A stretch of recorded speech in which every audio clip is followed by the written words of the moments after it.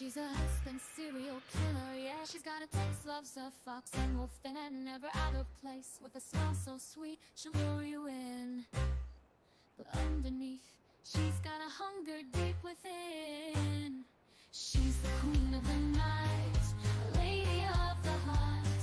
With a heart so wild and soul so blunt, she'll love you like no other, then she'll make you disappear.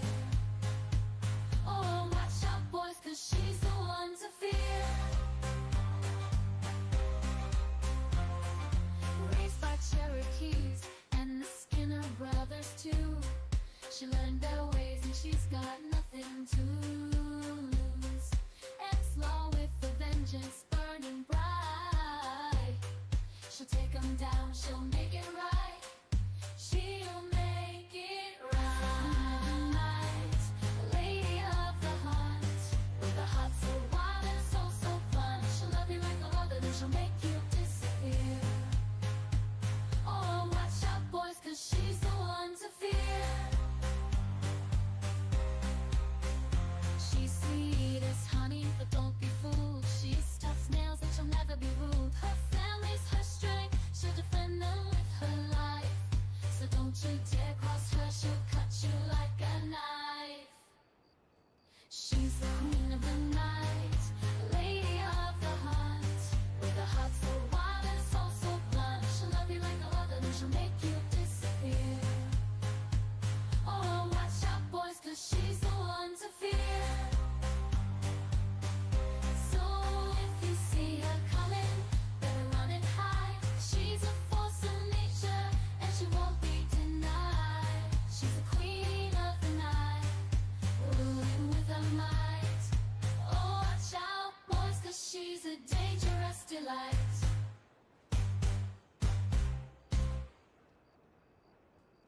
She's a husband serial killer, yeah. She's got a taste, loves a fox and wolf, and never out of place. With a smile so sweet, she'll lure you in.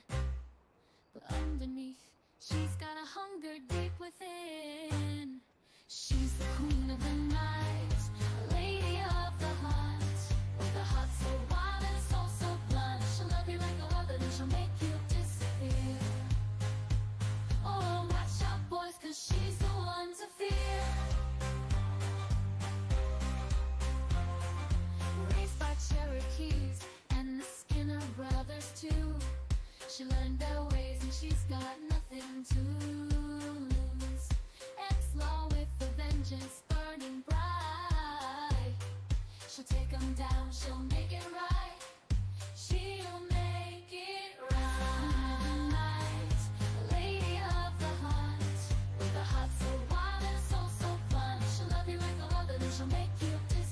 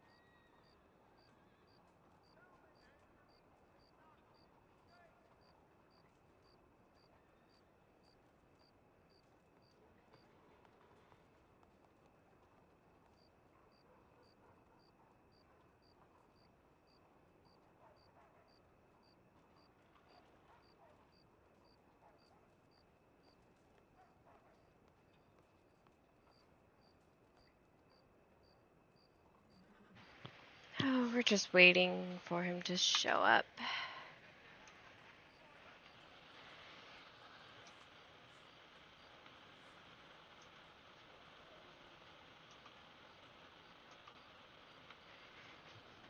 The hell? There we go.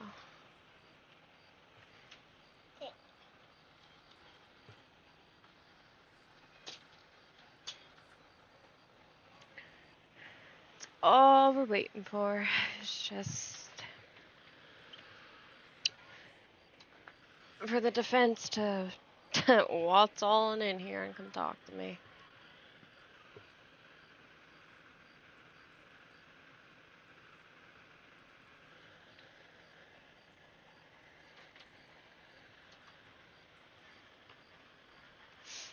It shouldn't be too long now.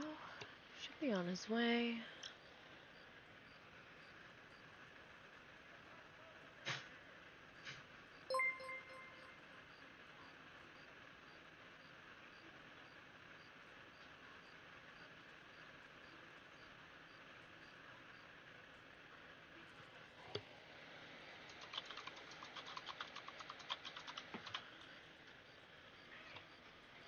Who was that? Who was that?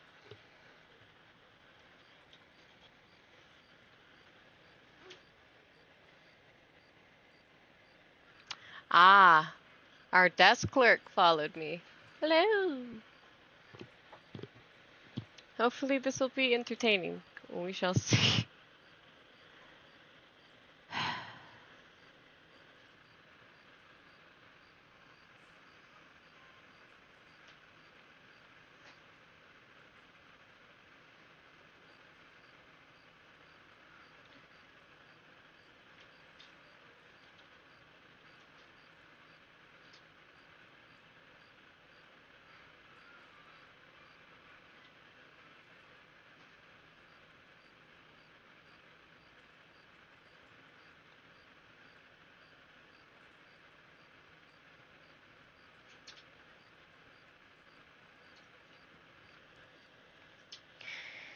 Wow.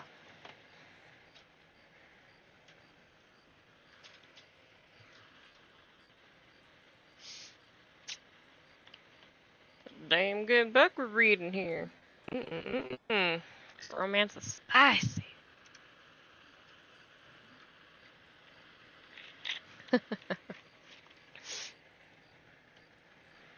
Over here just studying law while we wait for the defense team to grace me with their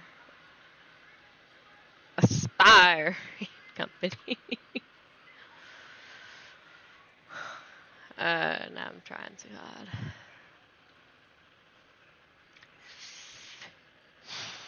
Alrighty.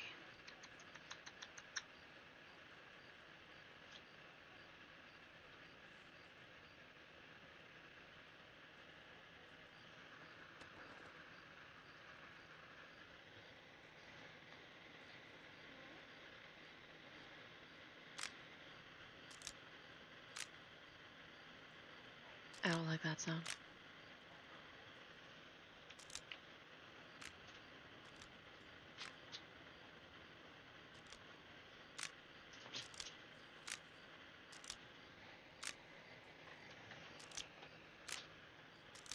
That sounds like somebody loading their gun. I don't like that sound. What is that sound? Somebody loading a shotgun downstairs? What the heck? This isn't a shotgun trial, this is a judge trial. Get out of here with that shotgun.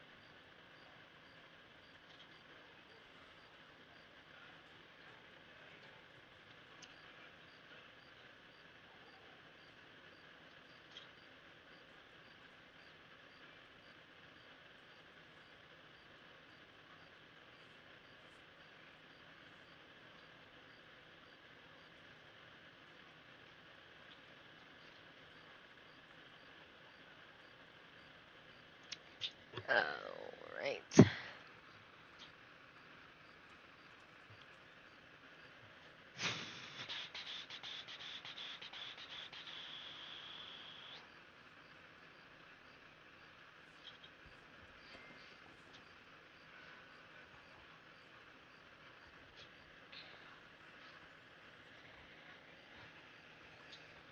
Well, hopefully George Thornfield is sending them my way, so I don't have to walk in there and yell at them.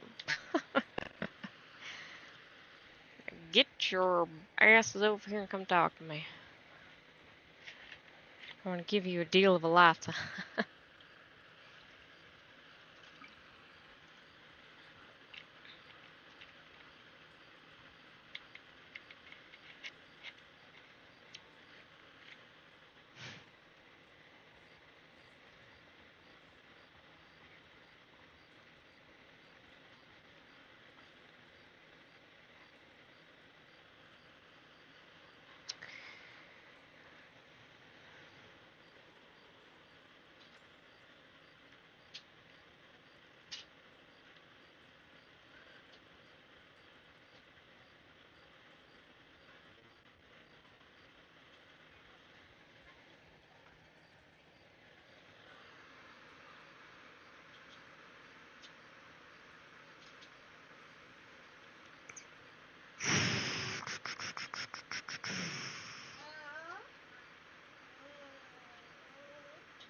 And you're just gonna be the star of the show, aren't you, little man?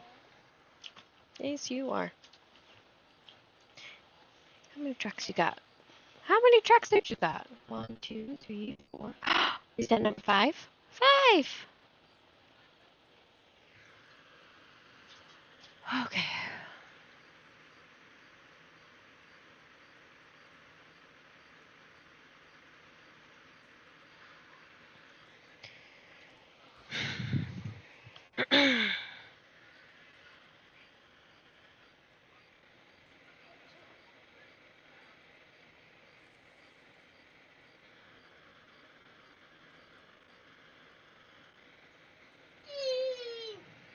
Alright, I just need just a moment. Hey? Alright. Oh. The DA wants to meet with you for for a quick discussion.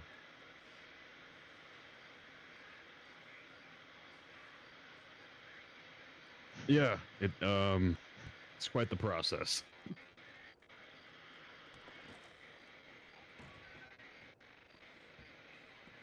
Hello, Snow. Taxman. Greetings. You want to discuss a plea deal? That is correct.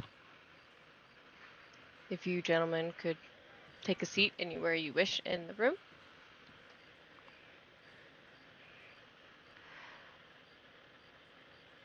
Alright, so before I start this off, I'm going to let you both know that this is a negotiation. You guys are able to put up your own ideas for this plea deal, and I can counteract that, or vice versa. I will give you what it is that I'm thinking of, and you guys can counteract it as well. Now, to start us off, Sam here is being charged with bank robbery, which in our current penal codes is punishable for between 30 to 60 days in the state penitentiary with a $75 fine. Since he did turn himself in, we would be willing to knock that down a little bit to maybe 45 days and maybe like a $50 fine. But there were some other things up. What was that? Are there any formal reports of this crime? I was not able to find any of the MDT. All I have is the testimonies from the officers that they gave to me. And their testimony was that Samuel America here had robbed a bank with 3 other individuals, all wearing. Let me see here. Let me get my notes real quick so I can tell you exactly what I have.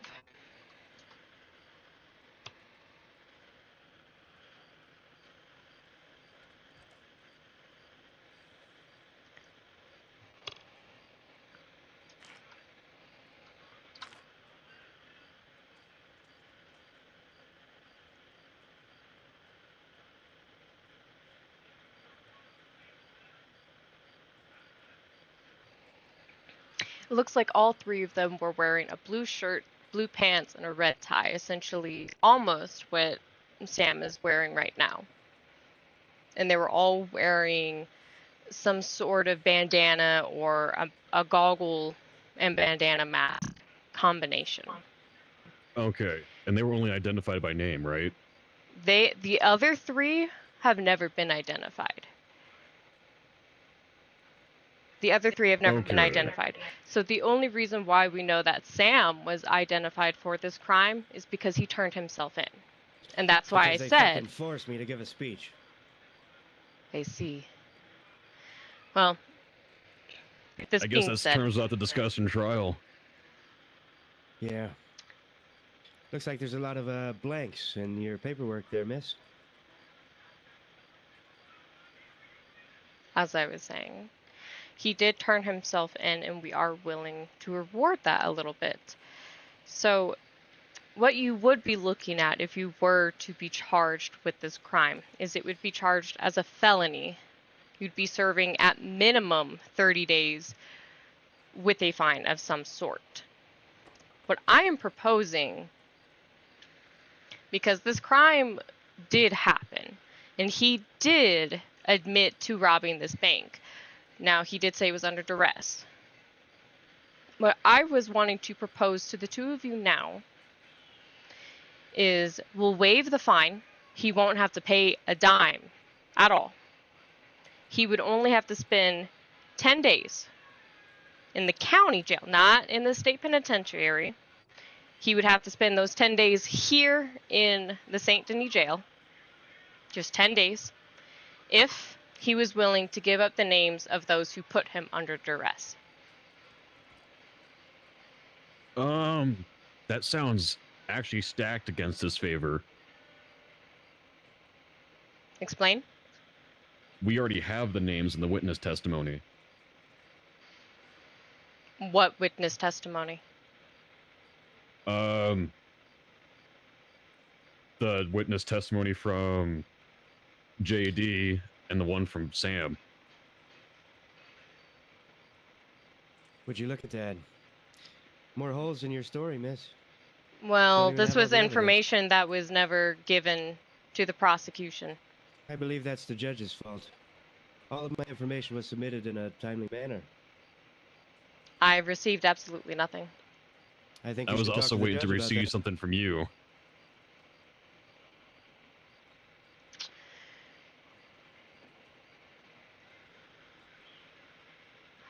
All I have is what the officers have told me in a very brief conversation, which is what I've just now told you.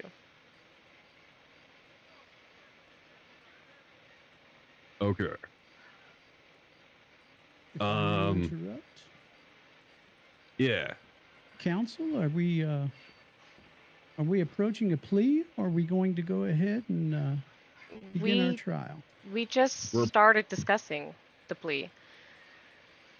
Okay. We're also kind of approaching an impasse pretty fast because of Lack of information on both sides. Understood. Well, just to let everyone know, we do have a jury of 3 ready to hear this case. Well, at this moment, it doesn't sound like we have a case. It sounds like this is going to be a mistrial due to lack of information. All right. Well, I will go take my place on the bench, and if you guys come to that conclusion, then please make your way to the courtroom, and I'll ask you to the podium. Sure. Yeah, I'm ready to advance this to trial. I agree. So we can at least submit evidence that way.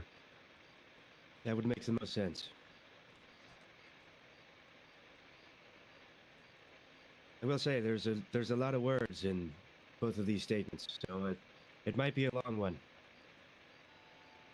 It's no problem. I can read JD's, and do you want to read your own? Yeah, sure. I think I have it in my notebook.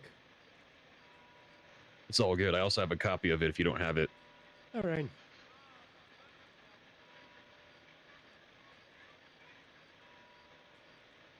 As I said, the plea deal was up for negotiation. Right.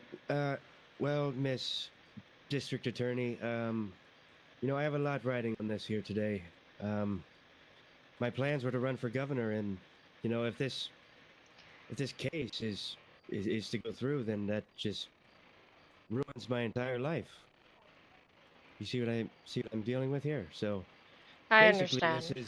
this is grounds of, you know, this would probably be the death of me. Quite literally. I might have a heart attack on the stand. Hey, JD.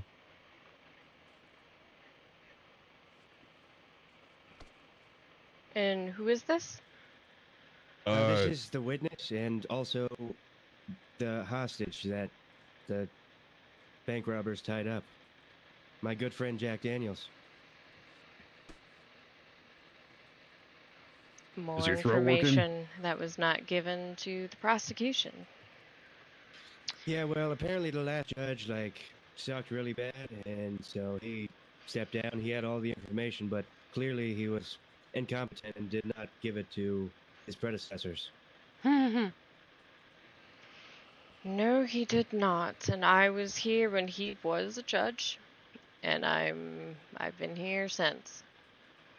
Well, I tell you what, I mean, if you want to, read over the statements, we can gladly send them over. But otherwise, we just read them at the bench, I guess.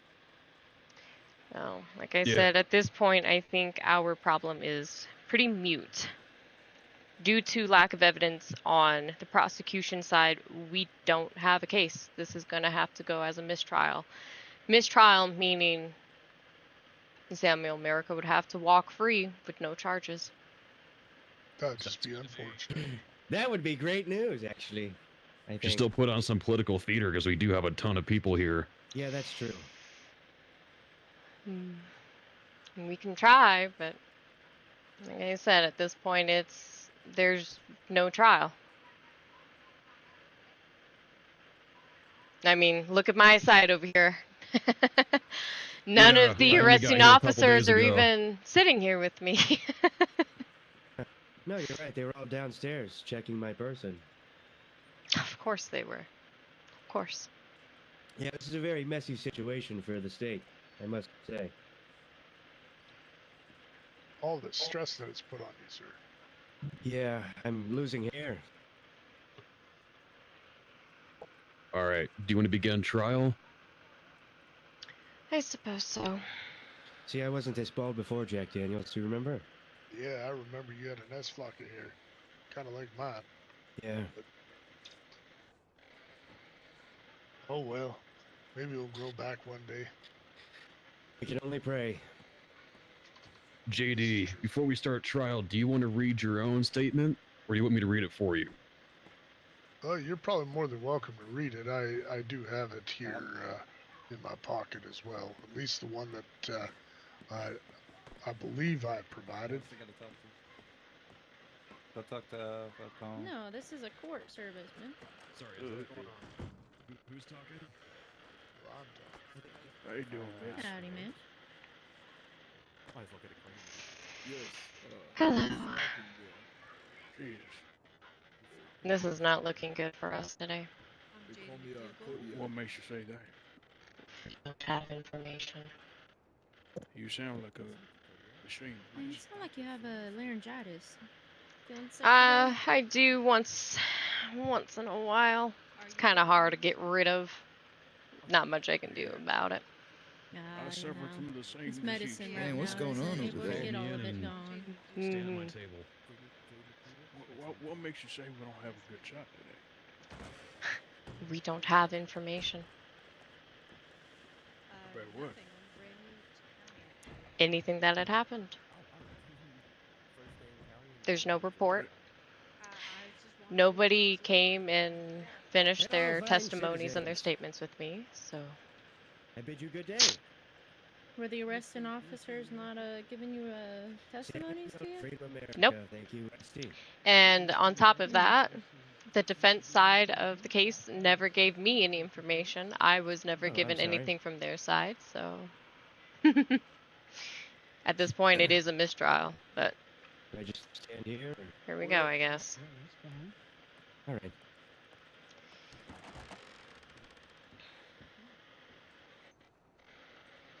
Excuse me, miss.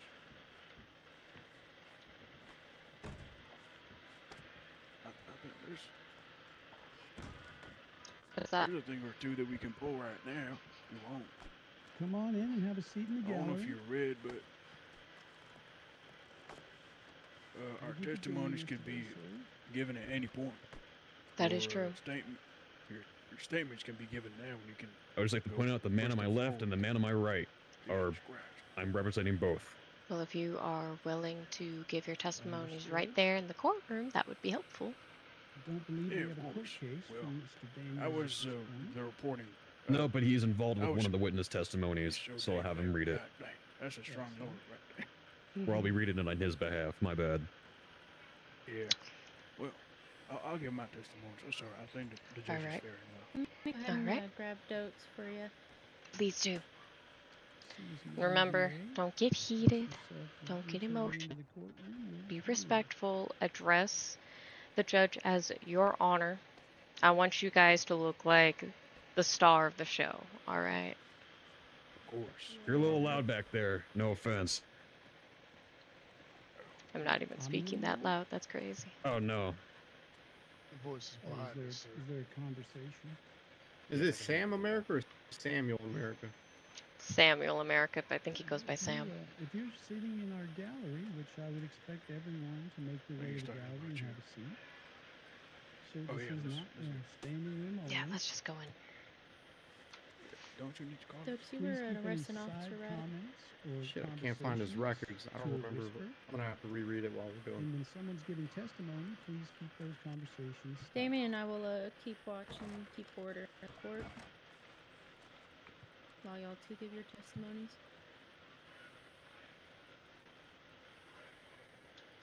Like I said, be professional. Let him cry and complain and be the person that he is. I want you guys to look professional. Represent Lemoyne. Got it? Yes, ma'am. Good. And no cussing in the courtroom, Dokes. Exactly. Refer to the judge as your honor. Stand when you speak. It's the respectful thing to do. Madam DA, if you were in the building, if you could make your way on up to the courtroom. Alright, we gotta go. Alright, cool. Alrighty, Damien and I will Excellent.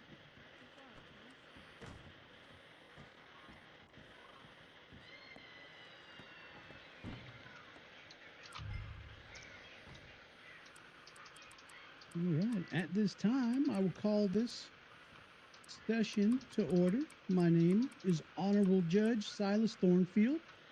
I'll preside over the case of Oh! Lemoyne, County Lemoyne versus Samuel Freedom America. At this time, I would like to introduce the fact that we have a 3-person jury selected. They would be in the gallery behind the defense counsel. They will be hearing the testimony, given the time to deliberate, come to a judgment, and then we'll bring them back in. They'll read that judgment. Please keep all conversations to a minimum, and please whisper if you do need to speak. Now, if we could just have appearance of counsel, if you could just enter your name for counsel at this time.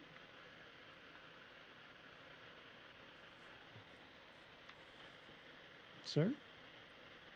I am Sawyer Harborough Stickard, and I will be representing Samuel Freedom America as his defense. Thank you. Madam DA? I'm Raining Snow. I'll be representing the prosecution at this time. Excellent. So, as I've surmised, the case before us would be criminal conspiracy and robbery. Unfortunately, I've been unable to locate any true documents stating such, but I'm assuming Madam DA could explain that.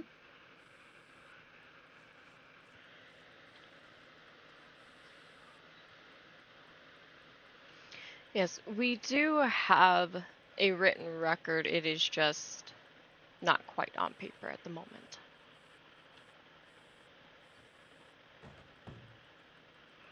That shouldn't be a Not- problem. Not quite on paper at the moment. Okay. Yes, there was Well- a filing problem with Understood. Our new system that we're putting in place Yes. can be difficult to navigate. And as long as we're all under the same understanding, we'll move forward. I understand. Excellent, excellent. At this time, I will have council present their opening statements. Madam DA.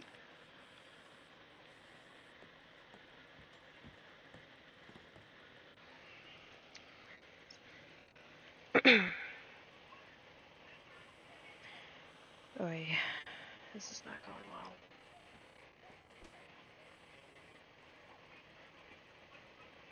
And anyone speaking to the court, please make sure they really speak loud. Your Honor, we're gathered here today, not on rumor, nor on heresy, but on the confession of the man sitting right over there, Samuel America.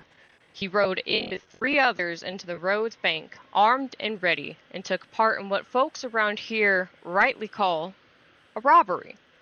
Now, the defendant's story is that he had no choice. Says 3 men forced him to do it. But, Your Honor, these men, no one's seen them. Lawmen don't got a lead on them. Not a single soul can confirm that they exist outside of Mr. America's say-so. They don't got a defense. There's a story told after the smoke has cleared that we cannot confirm. He didn't go to the sheriff. He didn't warn the bank. He didn't try to slip away or send word. He went through with it. He took up a gun, walked through them doors, and stood there while those men brought fear into the eyes of the towns and stole whatever it was that they could find in that vault. Mr. America did come forward later on, but he did so on his own time, when it was safe, when the heat died down, and when it was under his own accord. That just makes him cautious, not innocent. The law here in Lemoyne doesn't bend easily. A man claims coercion, he best come with proof. Not just shadows and stories, and unless the defense can do better than tell tales about faceless men in the dark, the state aims to see this man held responsible. By the end of this trial, Your Honor, we'll ask you to return with the rightful verdict of guilty of armed robbery. Thank you kindly. Thank you, madam. Mr. Sawyer, if you would like to make your opening remarks. Yes, sir. So, Samuel Freedom America is innocent. Completely and fortuitously. He has done nothing wrong and has only done everything to respect his own life. The tales you've just heard about him being involved with a 3-man armed robbery at a bank is nothing but a tall tale. What is revealed to me is that under threat of death, he was brought there. Under threat of death, he made those admissions. And under threat of death, did he delay his own coming forward? It was from 3 men that coerced him into this situation. And through that, I'd like to get to the bottom of it. In this trial, to demand Samuel Freedom's freedom. And that's it. We will continue. Thank you, Sawyer. At this time, I will ask the district attorney to call her first witness. My first witness will be Dokes. Dokes, if you could make your way up to the witness stand. No, other side, sir. Other side, sorry. Other side. There you go, right over Here you there, go, sir. baby. Come sit down with me. Let me whisper to you on this side.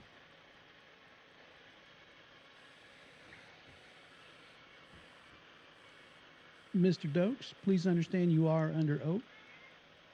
Yes, And sir. as a marshal of our county, I would expect you to take that oath even more serious than anyone else. Absolutely, Your Honor. Madam DA.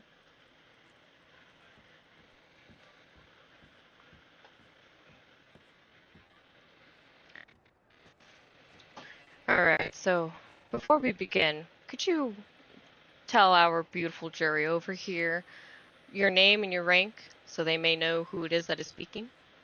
Yes, absolutely. My name is James Dokes. I'm second in command, head lieutenant marshal.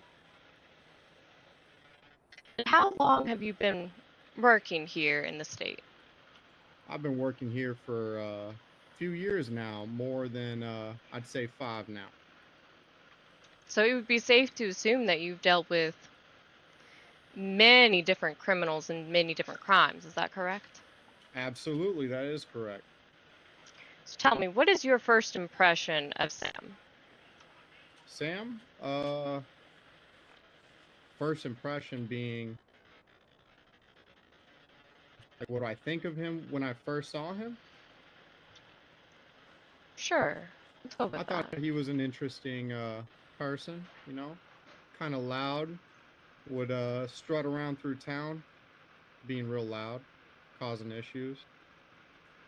But he wasn't always physical. He wasn't always physical. What does that mean exactly? Correct. There was a few times where Mr. Sam America would get agitated. Agitated. Could you elaborate? Correct. Yes, Mr. Sam America would physically choke his If I may argue. interrupt, Mm-hmm. we are here to hear testimony about this criminal case. That is correct, but we are... The opinion of someone about the defendant's previous criminal past is not testimony that is derived to this case. It is relevant because it gives characterization to the man that is sitting down right there. I object to hearsay. Sam America deserves to be in jail, motherfucker. Oh, Lord. Excuse me? I'm sorry. Kind of got out of line there. Marshal Dokes, if you're unable to control yourself, I will excuse you from this trial. I apologize.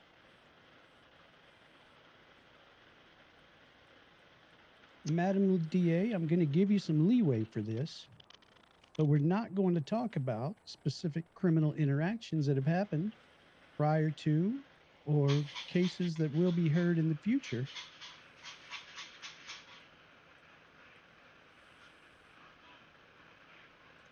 Yes, Your Honor.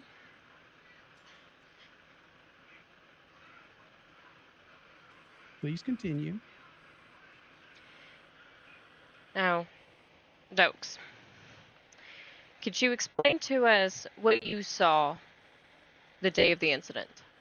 Absolutely. So I came in from Saint Denis, and I had just got done hunting some bird game to stock the PDs up, and I see I get this alert from my messages on the mail, and so I go ahead and I head out of Saint Denis, and I approach Rhodes, and I see a few motherfuckers outside. One's with you know, one of my boys at the time, and I see another individual inside the building. That's what I first saw. Were you able to identify this individual? I I was able to identify one because someone used a name, but I didn't have time to write it down, unfortunately. I see. So what happened next? Well, you see, they made their negotiations, and unfortunately, one of the criminals actually had one of our officers held hostage and at gunpoint. So they instructed our sheriff to shave his head. To shave whose head? The sheriff, they instructed the sheriff to shave his head, as in his hair. Okay, whose hair? Like his own hair or somebody else's hair? No, his own hair, but I'm also bald, if that's what you're inferring. No. I'm just trying to make it clear as to who is who. Okay, so you see Mr. Falcone over there on the right? I see him. They shaved his hair. What happened next? They got their demands and they rode off. And I believe we didn't catch. Alice. I don't think we caught any of the suspects at that time. Were any of the suspects ever identified? Well, one, because he came forward. And who would that be? That'd be Mr. Samuel America. So Samuel America admitted to robbing. Correct. He also gave me all the evidence. What evidence was that? Let me see here. I believe it was some 1 blue gold bar and 3 gold bars. That's a fortune. That is quite a bit that was stolen then. And that's only from what he took. Here. That doesn't... Look for yourself. What am I looking at? There's some gold bars on the table. Oh.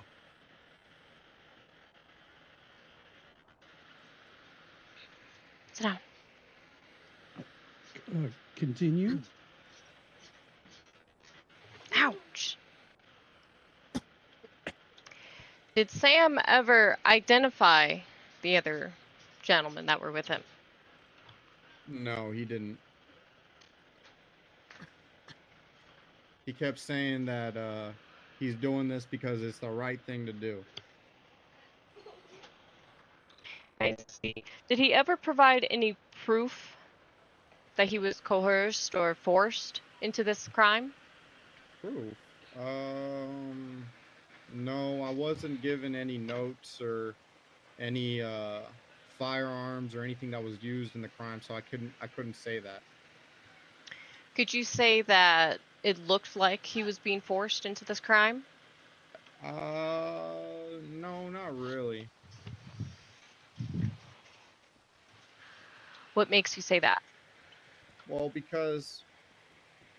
only because of his, I say that only because of his previous record, but obviously that is a matter of opinion, and this is about this Mr. Dokes. Yep. I again ask you to refrain from speaking on any case outside of this one. I understand. Ladies and gentlemen of the jury, please disregard Mr. Dokes' previous statement. I'd say that because Mr. Sam America is the type of person not to take shit from people. I doubt he was coerced in anything. I see. Was he armed and actively participating in this robbery? Absolutely. And in no way whatsoever did he try to get away or try to stop them? Objection. Yes, Since sir. there's no hard evidence, that would only be opinion. Sustained. Move on to your next question. This is fucking ridiculous.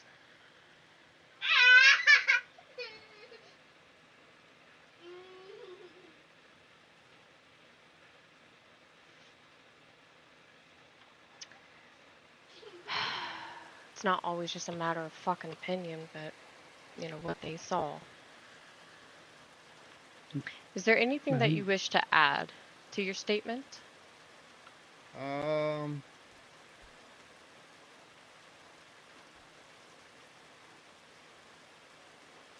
did notice Mr. Sam America, when he did go ahead and turn himself in, he was dressed very formally.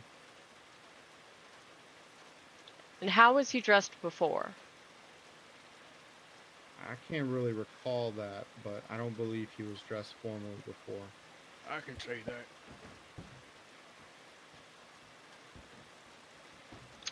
All right, that is all from me.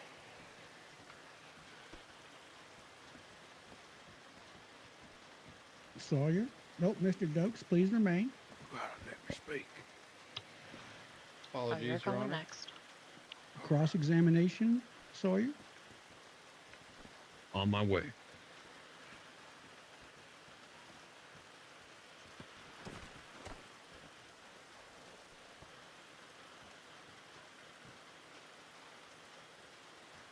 So, you said you had interactions with him outside of the bank and outside of the Saint Denis criminal's office, correct? Correct. What is the significance of him dressing formally or not? Well, it seemed like he was trying to, I don't know how to say this, but maybe impress me or something? Okay.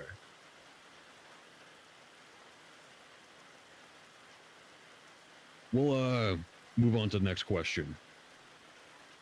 You identified 3 men aside from him, correct? No, I didn't identify them.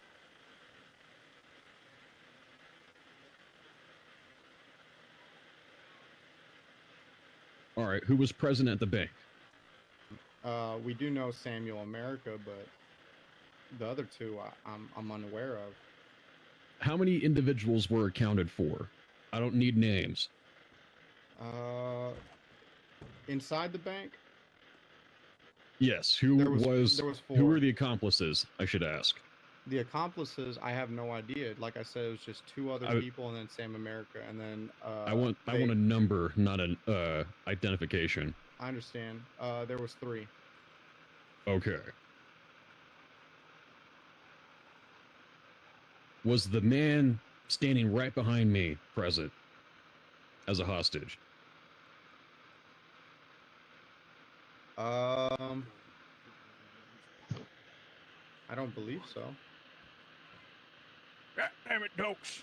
Oh, maybe. He's I don't fucking remember. lying. Sorry. All right. I will not warn this courtroom again. Any further outbursts will get you removed.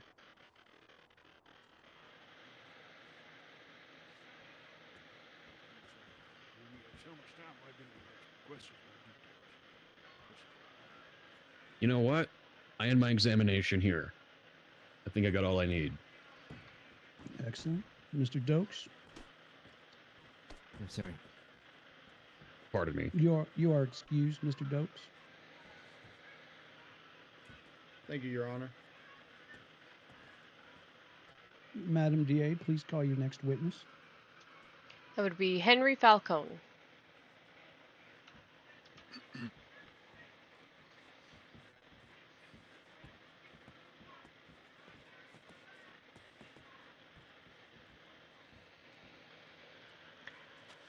Again, Mr. Falcone, you understand that you are under oath? I do. And compelled to give true, just testimony. I do. All right, Mr. Falcone. Name and rank, please. My name is Henry Falcone. Sheriff Henry Falcone. I'm the Sheriff of Valentine. And how long have you been the Sheriff of Valentine? Oh, a long, long time. It's been, what, 14 years? So it is safe to say that you were very well seasoned in your career. Yeah, a little too well seasoned. Damn cooked. Would you mind We can't telling? hear you, man. You might need to speak up a little louder. Yeah, You might need to use your writing voice. yeah, I would.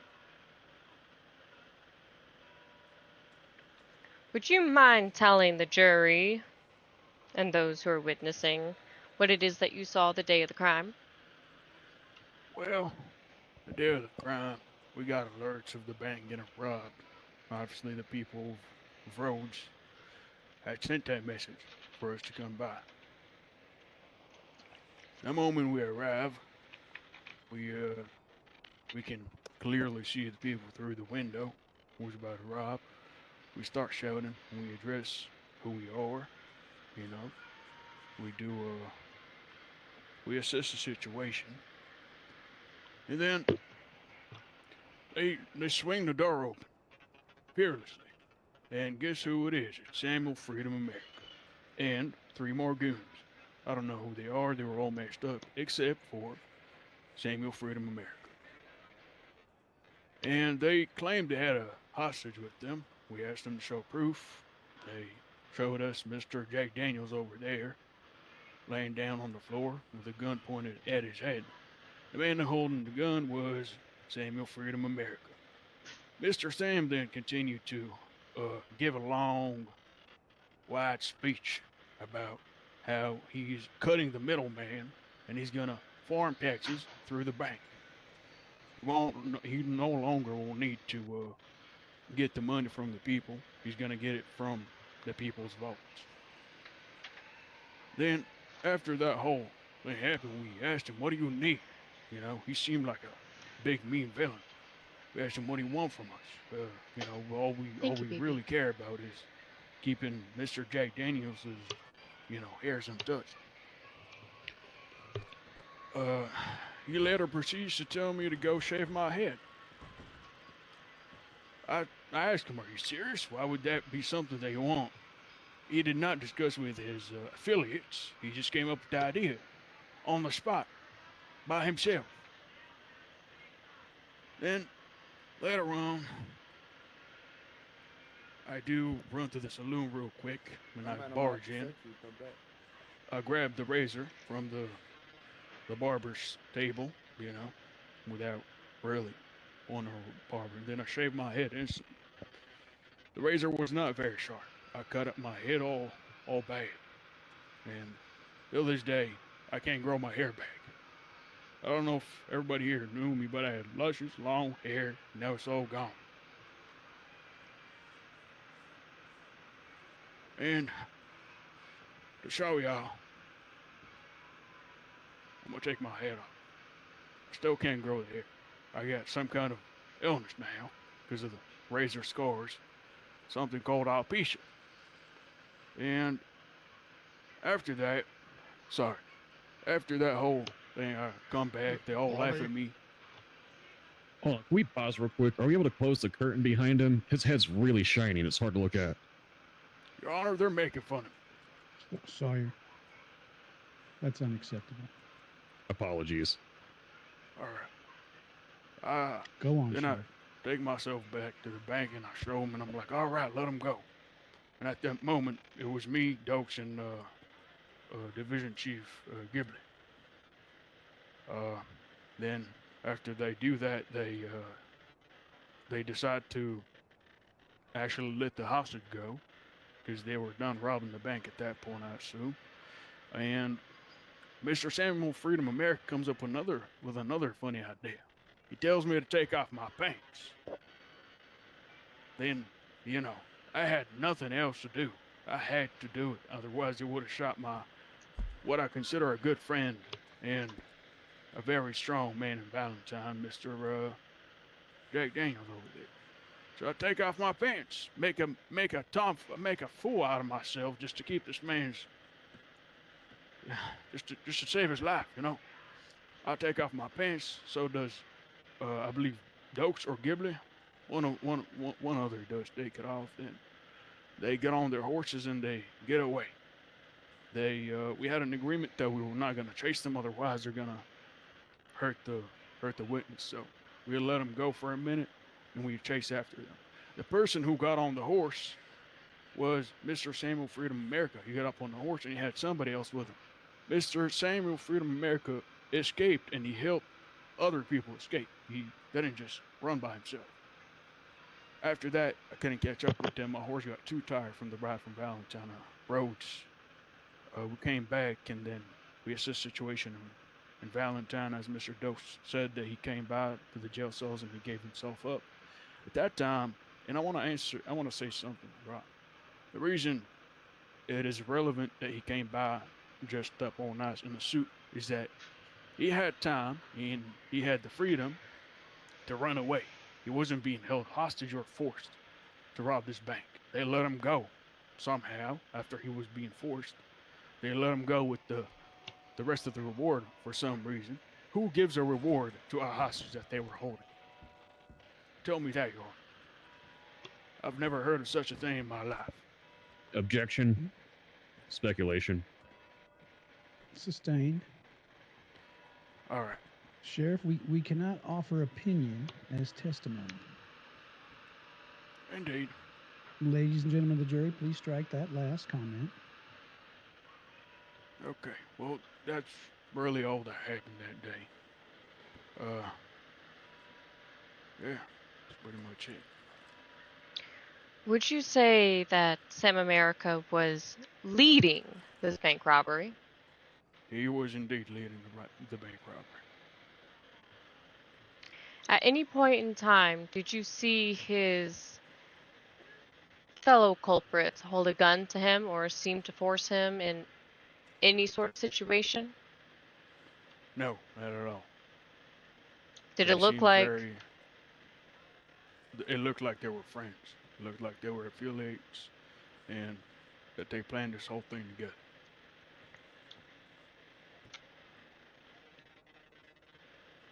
Would you say that he gave his speech willingly? Indeed he did. It's something that he would say. Everybody knows how he's the tax man.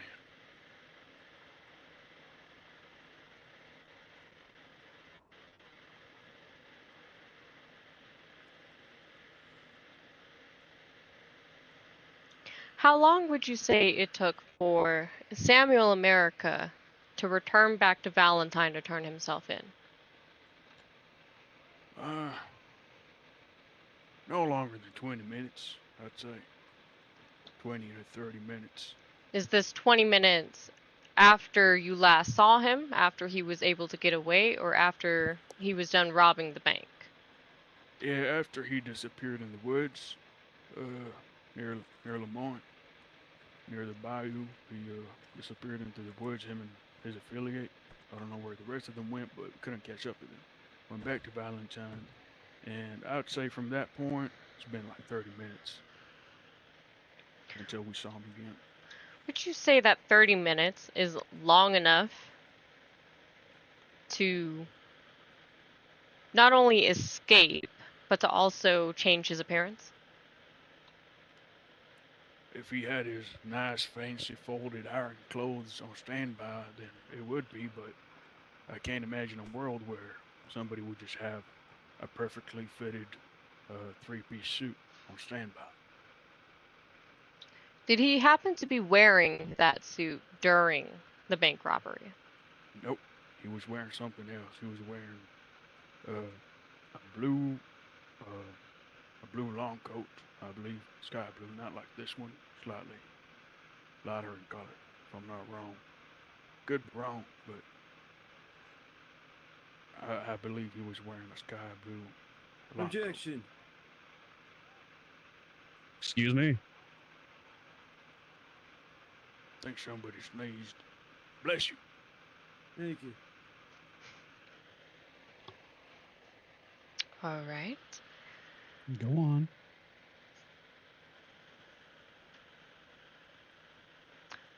Were all four of these culprits wearing the same outfit?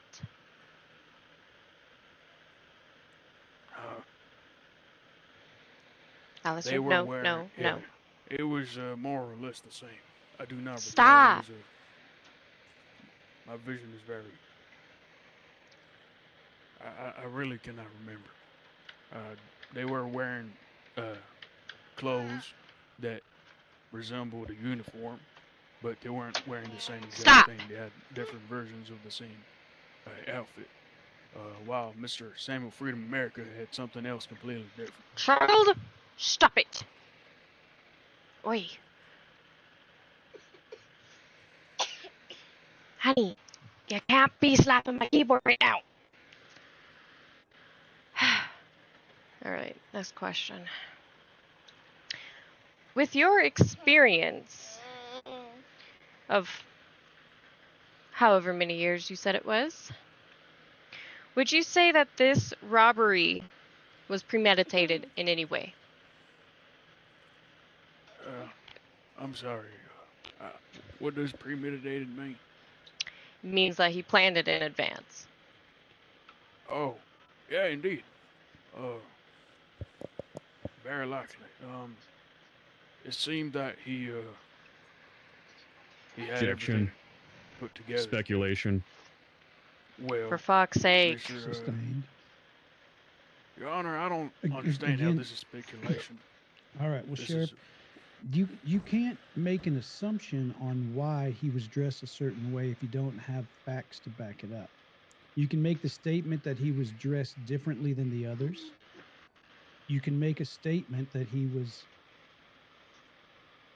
involved in the robbery, but Yeah.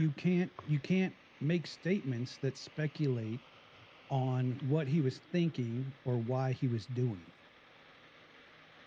Excuse me, Your Honor, and defensive attorney. I'm just merely answering the questions to my best Understood. abilities. Understood. There's no problem. I'm just trying to make sure you understand the process. Yeah. I'm just saying that as a lawman, as how we do speculate before we investigate. Understand, Your Honor. So from what we saw, yes, it did indeed seem like it was completely planned and well put together. They had a perfect escape plan. They had a good setup, and they had a good escape route as well. They all well split pretty good, pretty fast. Thank They had all their horses set up outside the bank, ready to zip away at any point. Now, Sheriff, that's a perfect example of how to give that testimony. Thank you. Now, let us revisit his speech. He said that he was no longer taking money from the Commonwealth, but that of the bank to do what with it exactly? I believe this man is a psychopath.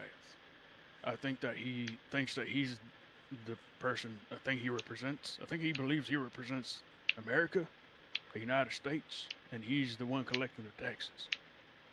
And I guess he's delivering them to somebody. I see. But what did he state that he was using this money for? He did not. He said he's just gonna take the money and take the money as tax, is what he said. Take the money as tax.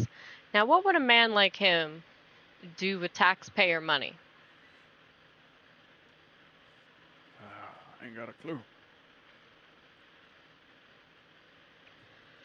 So rather than perhaps ask the Commonwealth for donations for whatever it is that he is planning, he decides to rob a bank while armed.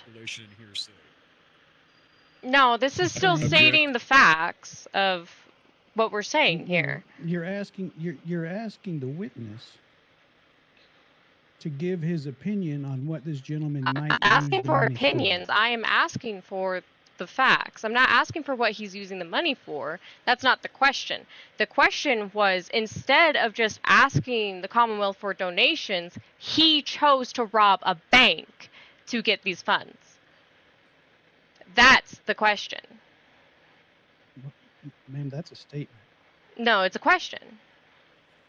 Well, if you're asking me that question, man, I think that's what I mean. If you're asking me what he said that he's gonna take the money as tax, and he took it straight from the bank. As he Again, said. that's not the question I'm asking. The question is, rather than ask for donations from the Commonwealth, he chose to rob the bank instead. I guess yes, yeah. Is there anything else you wish to add? He's back. Not really. I would like to. I wish that you would also cross. I don't know if this relates, but Mr. Jack Daniels over there needs to be cross-examined. But sorry, I have nothing else to add. The defense rests, or the prosecution rests. Oh, Sheriff, remain. Oh, shoot, I'm sorry. Remain. Mr. Sawyer, cross-examination.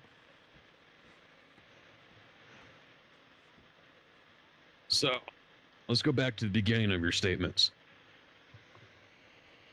I want to get the number of the men present correct. So, aside from Sam America and JD, there's 3 other unidentified accomplices. Yes, that is what we saw. Okay.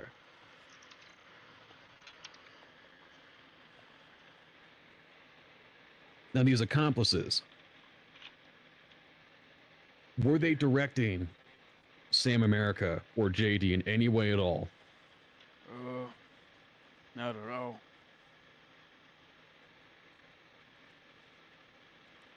Can you describe to me like a sequence of events? Even if we have to rehash a little bit? Your Honor already stated the facts. Okay. Counsel, direct questions, please.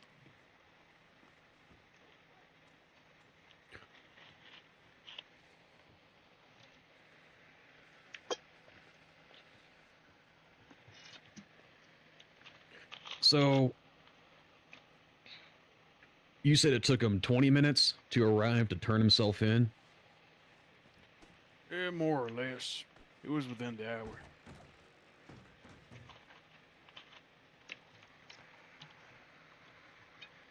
And you said his manner of dress was how he usually dresses at that moment? When he arrived to Valentine's Sheriff's Office? Yes. No, it seemed way more formal than usual. Okay. You also said that he was also in a different uniform during his alleged participation in the robbery. Indeed. Was he with a mask? He was not.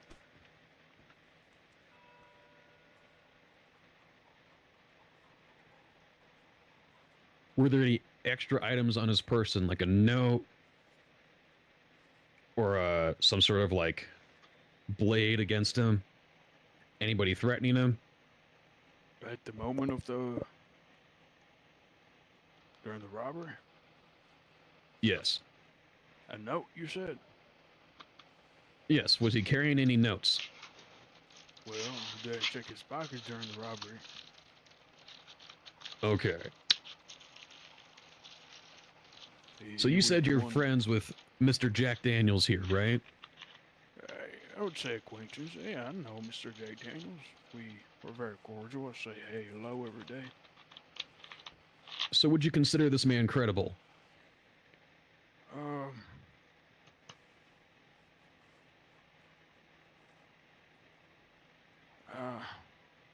Your Honor, to answer that question, I would have to reveal some information that is still undisclosed. Something that follows up an investigation. This would be just a yes or no answer will suffice. No. But it is true that he does run the Valentine gunsmith. That he does. and that him and Mr. Sam America have a formal relationship? I'm not too sure about his relationship with Mr. Sam America. Never really ever seen him in the same room. But he never expressed any. I don't know. I don't know what their relation seems to be. Did you ever get a statement from Sam America when he turned himself in? We did. I keep hearing that he says he turned himself in, but I'm not sure what was said. Well, yeah, he did turn himself in, and we did write a statement that got discarded at some point and lost. But I can repeat exactly what happened at the time, or what he said.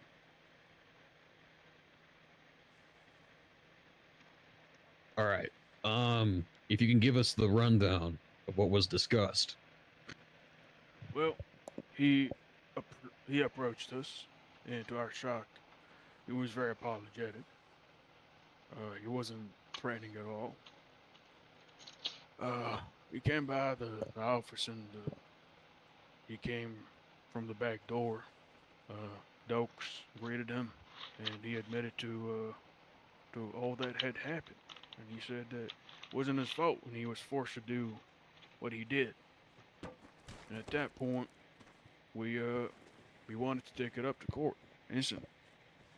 We wanted to keep him in custody, but it's been so long, we had no choice but to let this man out on bail. And well, if I could kind of revise what Mr. Sam America said, he said some stuff along the lines of him just being forced to rob the bank or assist in the robbery, and he just turned the items in. That was pretty much it. We were all baffled. Who immediately turns in their spoils, though? Doesn't this change of behavior indicate something larger? Yeah, something larger. Maybe he regretted it, and he realized that he just outright showed his face to the world robbing a bank, and he wanted a cover-up afterwards. He wanted to cover up his mistakes. And as you asked, who turns the rewards in after they robbed a bank? Was it a cover-up or atonement? Atonement.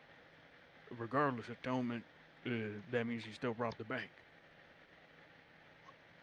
He's atoning to his mistakes, and he still robbed the bank. He still needs to atone to his mistakes in prison like a criminal. But that's implying that there was no level of coercion, no level of distress. Distress? From which side? From him? From the three unidentified men. I don't understand your question.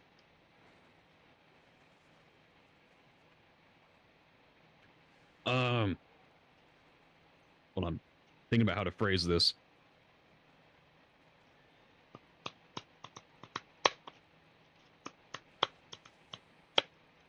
So his sudden change in behavior. We're going back onto this. His sudden change of behavior is definitely an indicative of the previous events. But his involvement, doesn't that seem suspicious? I know that it's speculative, but let me finish.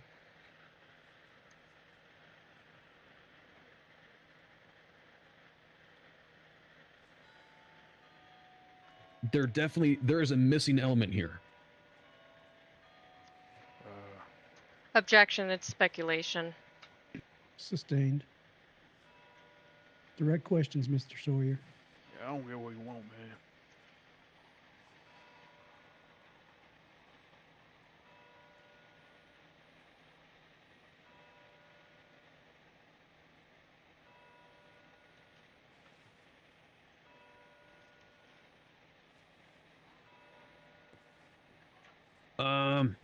Yeah.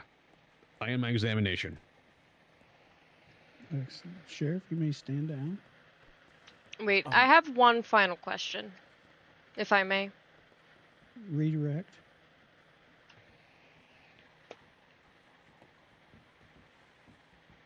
apologies. That's a doctor answering a call. Were you able to identify the horses that were at the scene? I don't think I could, no. Was Sam riding a horse when he left the bank? He was, but it was nighttime. It was approaching nighttime right before they left. And I might have... Yeah, I forgot the colors of the horses. Damn it. I couldn't tell you. Was he riding a horse when he came back into town? We didn't see him ride into town. He came from the back door. He snuck up. He didn't want to be seen in town, I believe. I don't know what the reason is, but... Interesting. No further questions, Your Honor. Thank you. Sheriff, you may step down. Thank Madam you, Your DA, Honor. call your next witness. Jack Daniels.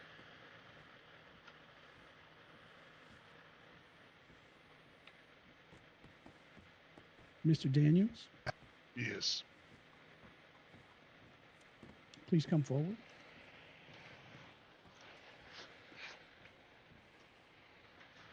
Mr. Daniels, you understand by appearing in my court, you are under oath and you are sworn to give true and lawful testimony. Absolutely. Have a seat. For everybody here to hear, what is your name and your job here in the Commonwealth? My name's Jack Daniels, and I'm a gunsmith at St. Denis. Chico, son. Wonderful. How long have you been working in St. Denis? Can't hear you, Jack. Yes, I do believe you need to speak just a little bit louder. Sorry, if I said St. Denis, I'm in Valentine. That's quite all right. How long have you been in the gunsmithing business? Too many years.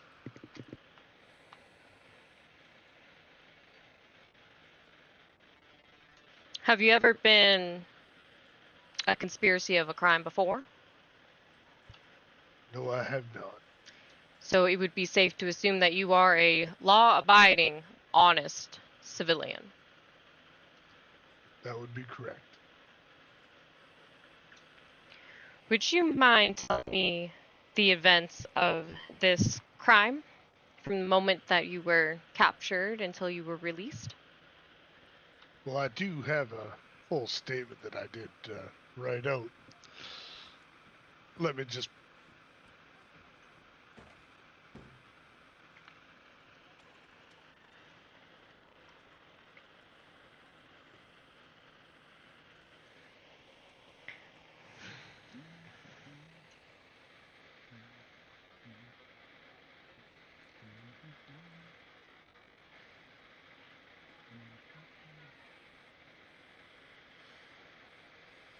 Your Honor, may I eat some food? I'm fucking starving here. Freaking sorry. Yes, sir. Just remember, we are in a courtroom. Yeah, I apologize. I'll try not to chew too loud.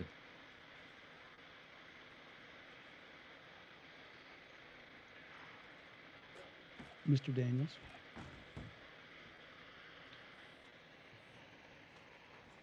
My apologies. All right. So, because this incident happened so long ago, I have to go by my notes here, so I do apologize. It may take a little bit of time. That's quite all right. I just want to know what happened from the time that you were taken as a hostage to the time that they released you. What was it that you were doing? Where were you at when they took you as hostage? Well, I was at the gun store dealing with a few other customers. At one time, my friend Sam walked into the gun store asking if I had some time to talk with him. He seemed under distress at the time. And unfortunately, I was busy and I didn't want to put him off, but I told him I'd be with him right after I was finished with the customers that were in my store. He left frantically, and I continued to work with the people that were at my counter Now, you said to that he assemble was... their weapons. Sorry, go ahead. My apologies. You said that he was under duress. Can you describe what that looked like? How did he look distressed? He was a man of desperation at the time. What does that entail exactly? I felt that there was something wrong with him, but I needed to get rid of the people within my store to try to help him with whatever the cause may be. Was it his tone of voice? Was it his words that he used? What was It it was exactly? his tone of voice, it was the words he was using, it was everything about him. He looked tired, he looked in fear, all elements of somebody that was under distress, as I would say. What exactly did he say, if you remember? Mr. Daniels, well, let me just see here. He came to me behind my counter and said, I need to speak with you as soon as I can. And I said, is everything okay? He goes, it could be better. I told him, let me just finish up with these people. And he mumbled something, but I couldn't hear what he had said at the time. I only wish at that time I was able to take care of whatever his needs might be, because we may not be standing in this courtroom right now had I been able to. So yes, I'm sorry, I don't have a lot of his words. I just know that, knowing the man for as long as I have, he's a very easy-spoken, very controlled individual. And at this point, when I saw him, he was not under his normal control of conversation.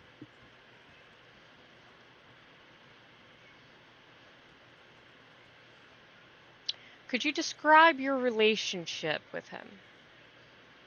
Well, I first met Sam, I'd say about 45, maybe 50 years ago. One time we were a lot younger. We were working on the farms, and our paths crossed a few times past those days. And one day he walked into town, and it was like I'd seen my long-lost brother, if you know what I mean.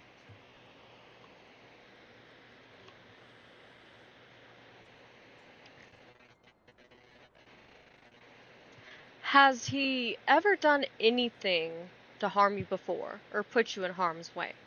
He has never tried to do anything to harm me. If anything, we've always helped each other and protected one another in any cause.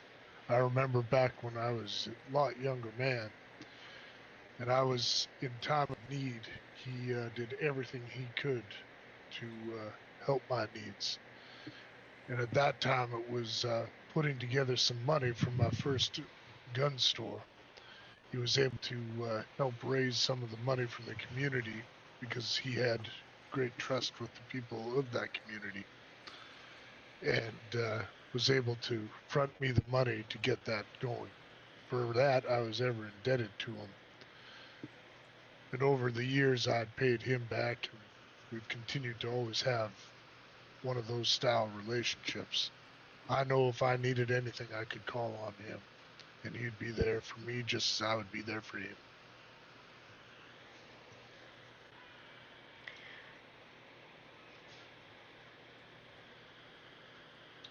I see.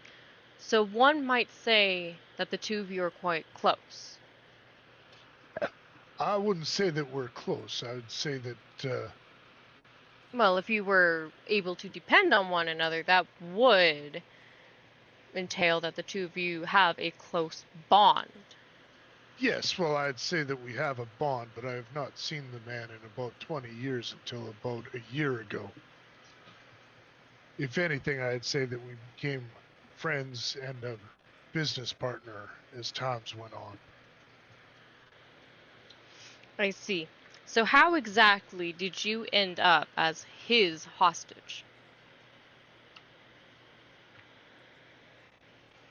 Well, you see, he came back into the store, and if you mind, I'll just pull out the notes that I've got written down here, as the day is still quite blurry in many ways. Of course.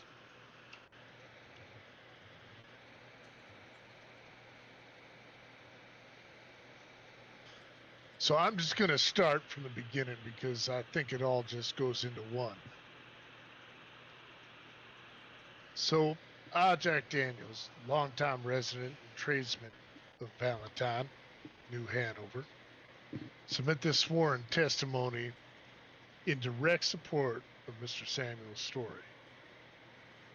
and in defense of both our characters against false accusations pertaining to the criminal conspiracy, armed robbery, and unlawful association.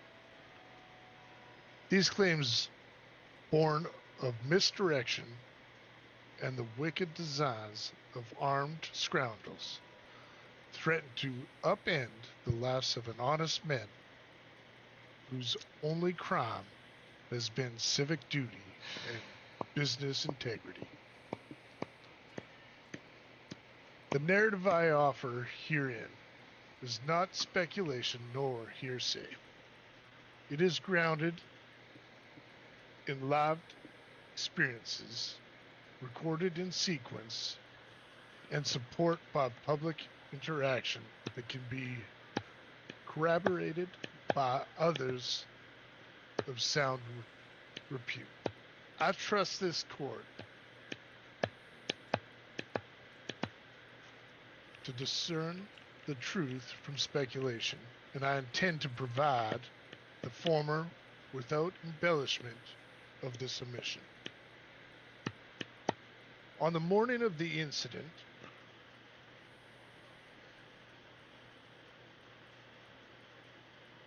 the morning of the incident, in question, it began as any other day.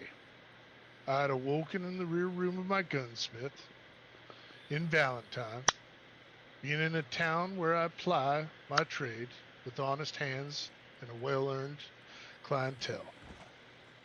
My morning's routine was interrupted when an accomplice of mine, Mr. Sam,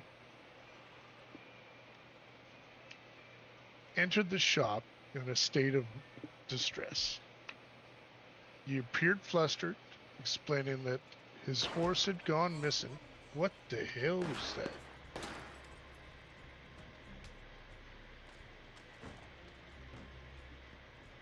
My goodness. Sounds like a commotion. Holy shit, what the hell? Whoa! Kill Sam Yeah, America! shit. Kill him! He's been Kill him! Help! Oh, I'm being attacked. oh my You're god! not there. Hold on. Oh my god! I'm okay. He missed a lot. Sam, talk to my brother. He'll help you. I'm fine. Hit the deck, hit the deck. He I'll missed. take care This of- is I'll take fucking- care of this this is motherfucker. bulletproof right here. shit. Holy shit. He's still up. I got him. Oh shit. Oh, oh my god! Here, let me I'll be take care sure of him. that everything's Y'all okay. continue the proceeding. Bring him to justice. Just taking the vitals of Mr. Sam here. Are we okay? Sam America needs some medical attention real fast. Can we What? take a I'm- quick recess? Hello, I'm fine. Wait, she's dead. I'm okay. Help! Help! Okay, Sam seems to be fine. I have another patient to deal Doctor! with. Doctor! Yeah, I'm, Okay. I didn't get hit at all. That guy's terrible shot. Sorry. It looked like you got shot right in the face in my eyes. No, I think this stand is bulletproof, actually. It's pretty impressive. Oh. Sorry about that, Judge. There's a lot of mess there.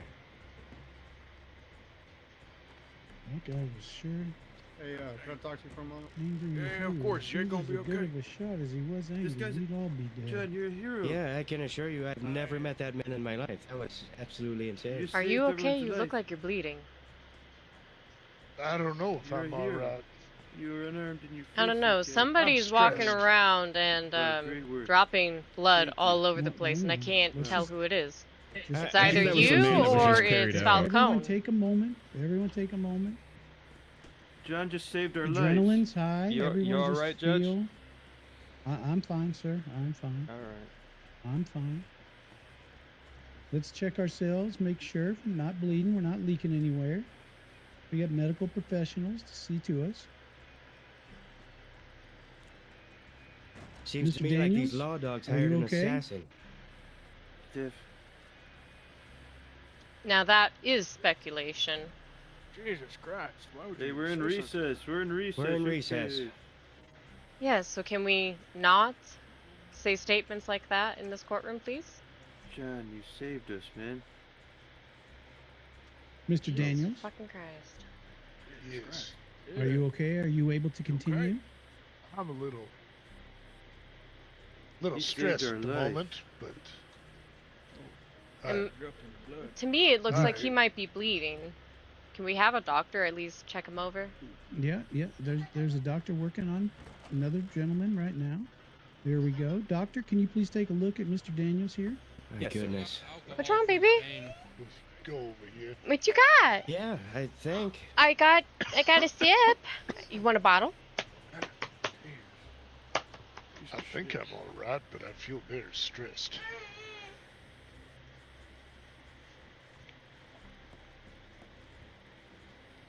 It's all right, Jack. Take your time. Sam, didn't, why would you say we hired an assassin when the first person he killed is one of Sheriff, one of the Sheriff, marshals? Sheriff. Yes, Your Honor. I shall This is remain not for silent. discussion at this time. Sam is going to keep his thoughts to himself. And Sheriff, it? I would expect you to do the same. Come here. Thank you. Of course, it's just a heavy accusation, you know. I just need to get myself cleaned up. Oh, Mr. Daniels, yes, sir. are you okay? I believe so. I'm a little under distress at the moment, but I think I should be okay. Question. Be right Do you back. feel like you're able to continue? Well, I'd like to, yes. Excellent. Do you Excellent. got extra soap? All right. All right. Make your way back to the stand. We'll give 1 moment. No problem. Oh, sorry. We have soap over here. You saved No, us, it's fine. It's John. fine. We're getting back in motion. There we go. Mr. Finley, thank you for your aid as a medical professional. Thank you, Your Honor. Madam DA, are you prepared to continue?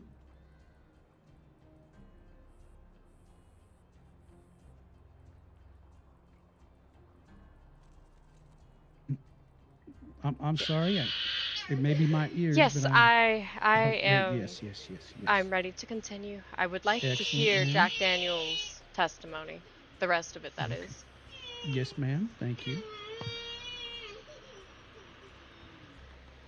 So I think I've already got him. Okay, let's go Mr. fix your Daniels, movie. you may Come on. continue. All right. Well, I'll kind of take it from the top if you don't mind. I can't remember kind of where I was.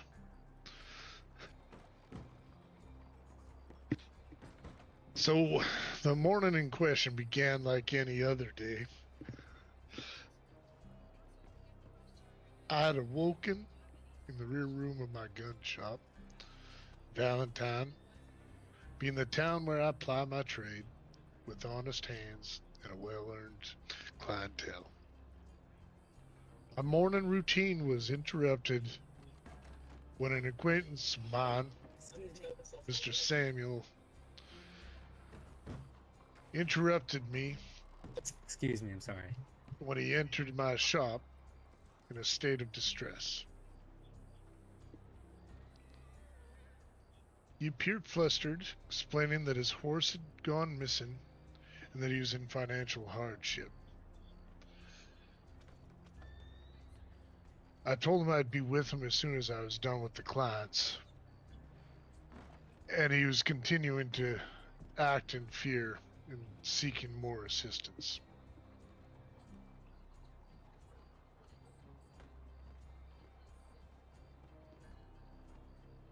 Your Honor, it seems like there's another gentleman in here, and let's just the stress that this brings me is too Marshals, much. can you verify that this gentleman is disarmed? I don't know if we can trust the marshals, Your Honor.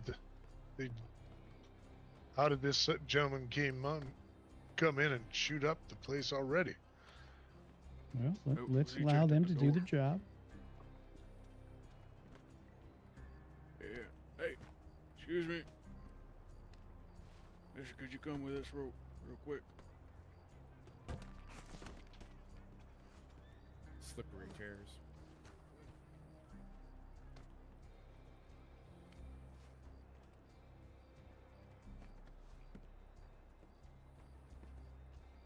We just need to clear you. Oh, wait, wait, okay.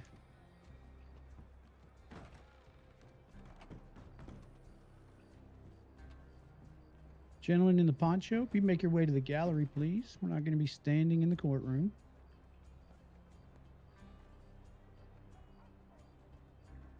We're talking about you, buddy, the one smoking in the courtroom. Mr. in Blue.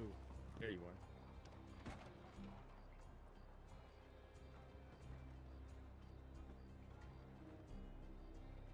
Thank goodness. All right, Mr. Daniels, you may continue. All right. So I was dealing with the customers that I had at hand, including preparing arms for a lawful shipment. I offered Mr. Samuel some counsel and wished him well in his endeavors.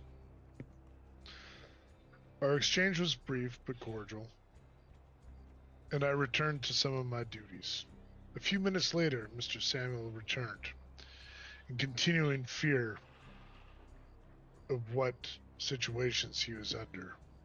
No horse, money. I offered as much as I could in in consequence of trying to help him. He told me that he was going down to the train station to see if he could try to find some funds from any new... Jesus. More shots being fired. This is ridiculous, Your Honor. I do not know how we're going to bring such a lawless society to law and order. But Please they will continue. not Continue. deter It's us. okay. Hey, so as I sat in my gun store and knowing that Mr. Sam had gone down to the train station, I thought long and hard of everything that this gentleman has done for me in my past. And I gathered what money I had in my safe to go down to try to help Sam so he could reacquire a new horse and do all of that.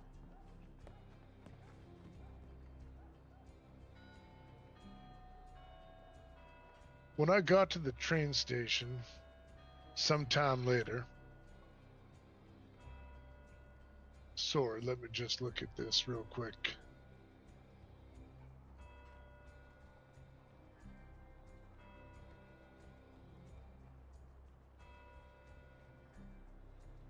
I got to the train station and was invited to come into the train station to discuss a few things with Sam. Given the tone and the nature of the request, I obliged. As I was inside the train station, Sam and I's conversation continued, and we were about to exchange in the funds I had left on my horse. So we went outside to go to the horse, at which time 3 gentlemen leaped out of the bushes, armed, none of whom I recognized. In a coordinated maneuver, they assaulted me, they bound my wrist and ankles, and rendered me defenseless. I was struck in the head, I was gagged, and I was placed upon the back of my horse, like I was common freight. My capture paid no mind to my state, nor my reputation, or the humanity that he was putting me under. They threatened me, not as a citizen, but as a tool in a cruel plot I had no knowledge of. Among the trio was one that identified himself as James. He dressed smart, but with the demeanor of a snake. The other called themselves Julio and Jacob, a Mexican and an older man, respectively. Both heavily armed and quick to anger.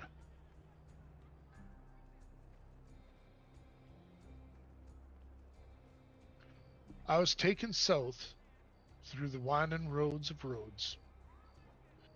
With threats whispered and guns pointed at my back, I remained compliant, out of survival instinct, not out of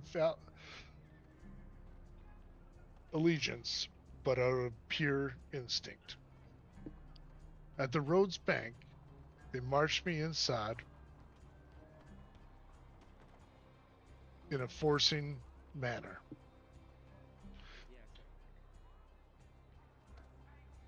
Sam was there, but under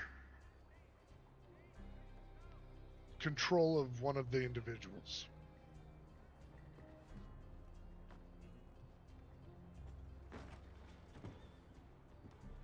Sorry, I need a moment. No problem. Yes, sir. It's just so hard.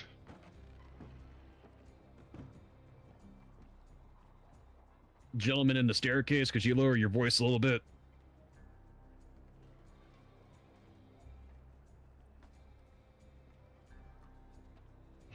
So as I was placed on the ground and I was unblindfolded, Honey. I could take more acknowledgement of what was going on. The gentleman that I would know as James struck Mr. Samuel across the head with a revolver, humiliating him even further. I witnessed him handing over a crumpled piece of paper, a speech of some kind, later revealed to be a forced declaration intended to place the blame of the upcoming robbery solely upon his shoulders, absolving James and his crew. I remained silent, bloodied, and helpless. I had never in my years seen such a well-devised framing attempt.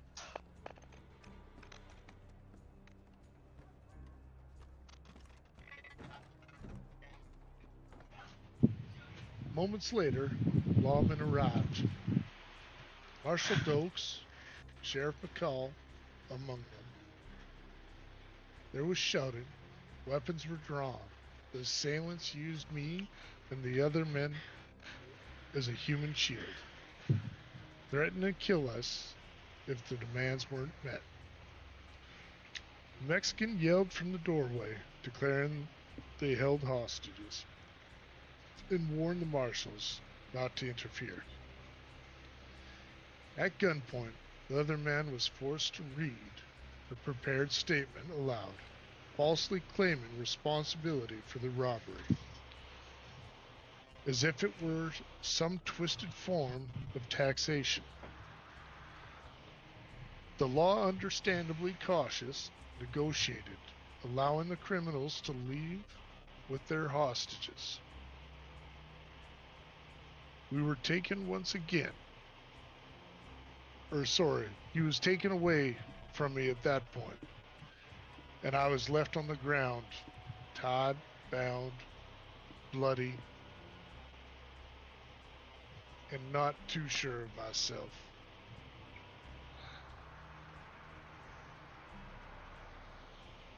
Mr. Dokes was the officer that came back into the bank, cutting me free, making sure that I was okay, but quickly left the area in search of more to come. leaving me to wander the streets of Rhodes, not knowing where I was, what to do, or where I should go. I went and I hid in the Braithwaite Manor area in fear that my horror was not yet left. I spent many days there in hiding and finally gained the courage after running out of the little bits of food that I could find around the barn to return to civilization. Still distraught, I was taken care of by the doctors, and I came to find that my friend Sam was still alive and that he'd gone to the marshal's office to try to declare his story. I know that these statements may sound absurd, as I don't know how else to explain them.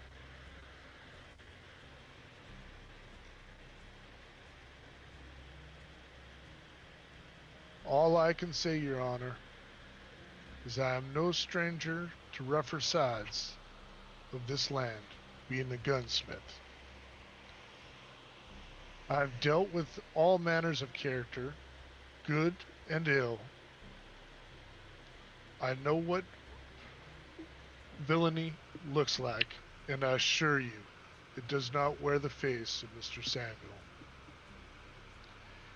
It does, however, wear the false smile of men like James and his ilk cowards, who use others as puppets and pawns.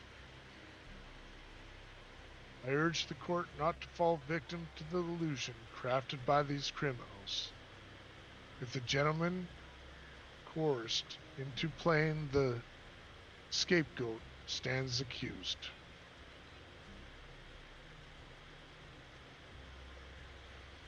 Let him free, and that's all I have to say. None of this makes any sense, gonna be honest with you. If Sam America was held at gunpoint for his speech, where was the assailant standing? I have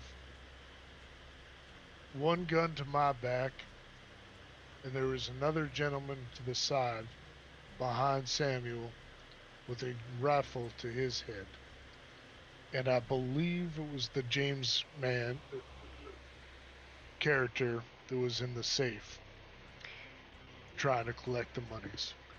Where were the two of them standing then? What do you mean, where were the two of them standing? Well, you see, as Falcone had already said, it did not look like he was being held at gunpoint or being forced to do anything. Well, I would say you However, probably couldn't see you him are from saying, so that, okay, this is where my question comes into play then. Where were these men standing? All of them. Give Well, us I a had better one picture as to what is going on. I was laying on the center of the floor, ma'am, right at the doorway. And I had a gun to my head, as the marshals could acknowledge. And as I looked to the left, which would be looking into the bank on the right, stood Samuel.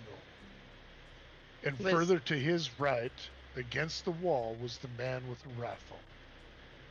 There was no way of any lawman seeing that man. How far away was that man standing from Samuel? He was on the wall, holding the rifle at aim to his head. What was the distance between him and Samuel? 7, 8 feet.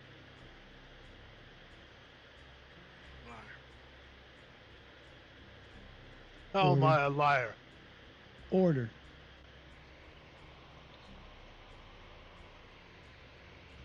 If he was standing against a wall, allegedly out of sight, how is it that our lawmen were able to count how many people were in this bank?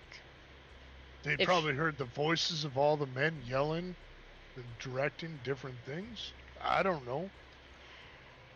Except that Falcone's testimony was that they physically saw with their eyes how many people were in that bank. So Well, he was I don't indeed believe that they would visible have then. known. Well, I believe that these marshals may have an ability to count how many men there are when they all ran out of the bank and jumped on horses, leaving me on the ground. Except that their might be where they got their count. Except that their testimony was that they were able to see how many people were inside of this bank at the start of this robbery. I would call that a false statement.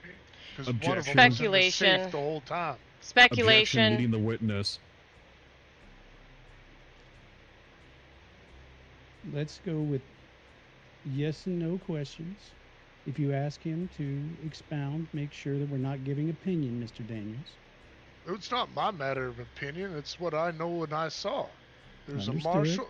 The Understood. marshal is claiming that he saw three other people, including Sam, which is bullshit, my honor. I'm sorry for my language. That is an Because opinion, one- sir.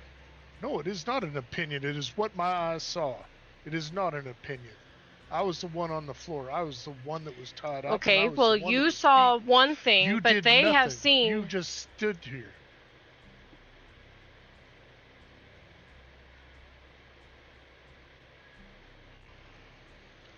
The marshals were standing outside. There was a man in the safes getting whatever stuff out of the safes. That man was not seen until he left the bank. There was another man against the wall holding a rifle aimed at Samuel's head. And then there was a third individual with a gun at my back as I laid in the doorway. It is not hearsay. It is exactly what happened. It is not my opinion. It is exactly what happened. Okay, so that is what you saw. But how is it that our lawmen were able to see at least 3 men within the Because they're bank? blind and they don't know how to count. I am telling you. There were 3 other men, plus Sam and myself. There was a total of 5 of us in that bank. That's what we said. And you would not have seen the man Sheriff. that was in the safe. Sheriff, I would And I'm expect pretty you sure to Doak understand said the rules two. of this court. I understand. I believe unless you are Dokes directly said asked a 3. question, I need you to remain silent. 3 was Sam. All right. My character is being questioned here, and I do not take kindly to that. I am just simply trying to understand the layout of this scene. I am not Well, questioning would you like me to your read character. this statement again? I'll That read is it right not from the what get-go. I Here. am No, asking. here. No, I'll that read it is right from not. the top. That is not what I am asking. I am asking you to describe the layout of this scene so we can get a picture as to where everybody was standing. Because you claim that the man I that believe held that's a been asked and gun. answered. Exactly. I do believe I've answered that about 4 times. I was laying on the ground in the center of the floor. Do you want me to draw you a picture? I could use a little wax candle here and make it colorful for you if you wish. That is not what I am asking, and I do not need the Well, rude comments, please. I have answered your question about 5 times. Have I not answered the question 5 times, Your Honor? Except that you haven't answered the question of how is it that the police were able to see the man that was holding I supposedly. don't know how they are able to make a count on the people that were in a bank that they would not have been able to see. Because there was 2 of them that they did not see until those men all left the bank. However, they said that there were 3 men that they could easily see from the doors inside So of the Sam bank. would be one, and the other gentleman that they could possibly see would have been the man that had the gun to my back. The third man that was on the wall holding a rifle towards Sam's head was not in sight. The man that was in the safe was not in sight. Maybe perhaps he didn't seem like he was in sight to you, but to them, they could see him indeed. Okay, so let me ask this. Where's the paper of their statements that I could read their statements to understand what they thought they saw? Because I can assure you that they would not have known You are not that there asking were the 3 questions men. here. I am asking Actually, the questions. I am right at this moment because you're asking me Order.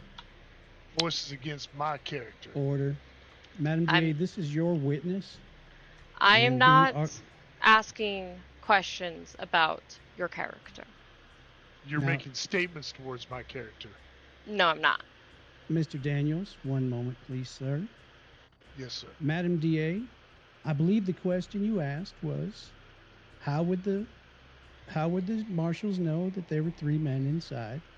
And I believe that Mr. Daniels gave an answer to the best of his recollection. I do not understand if there's a follow-up question or a redirect here, but why are we arguing about something that has been asked and answered? Your Honor, may I speak? No, sir, you are not on the witness stand. Please have a seat.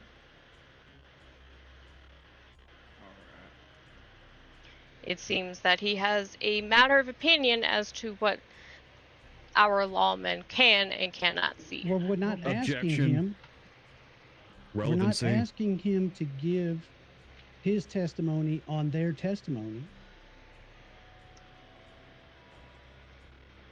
Hey, just want me done with this. I would like to object to the relevancy of this line of questioning. How would he be able to see what the sheriffs could and couldn't see? Oh, God damn it! I'm just trying to drink. I don't need the objection. But again, Madam DA, the question's been asked and answered. Let's move on.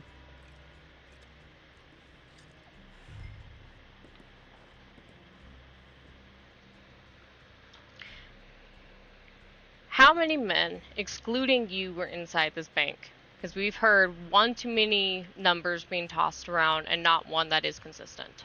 There's a total of 4 other men, including plus myself. Sorry, so a total of 5 of us. If you're involving myself, there's I me, did say Samuel, excluding yourself. Okay, excluding myself, 4, and I gave the names of what I recall when I wrote that report or testimony. Sorry.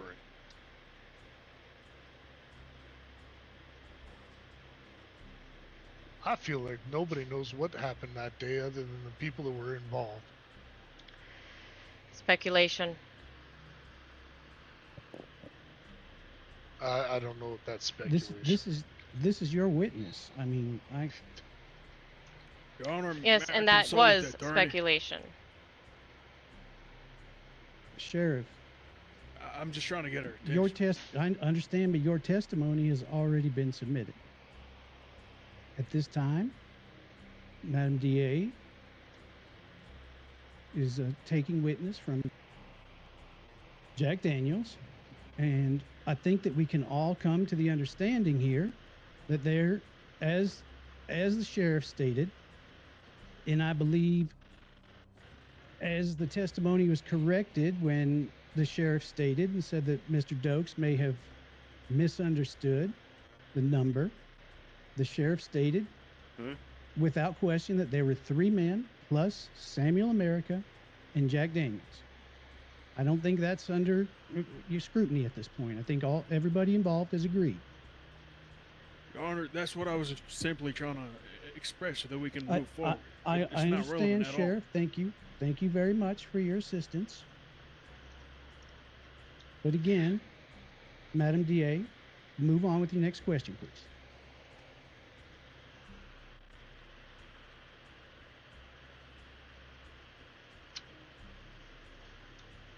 Why is it that you never once went to the marshals to express what happened?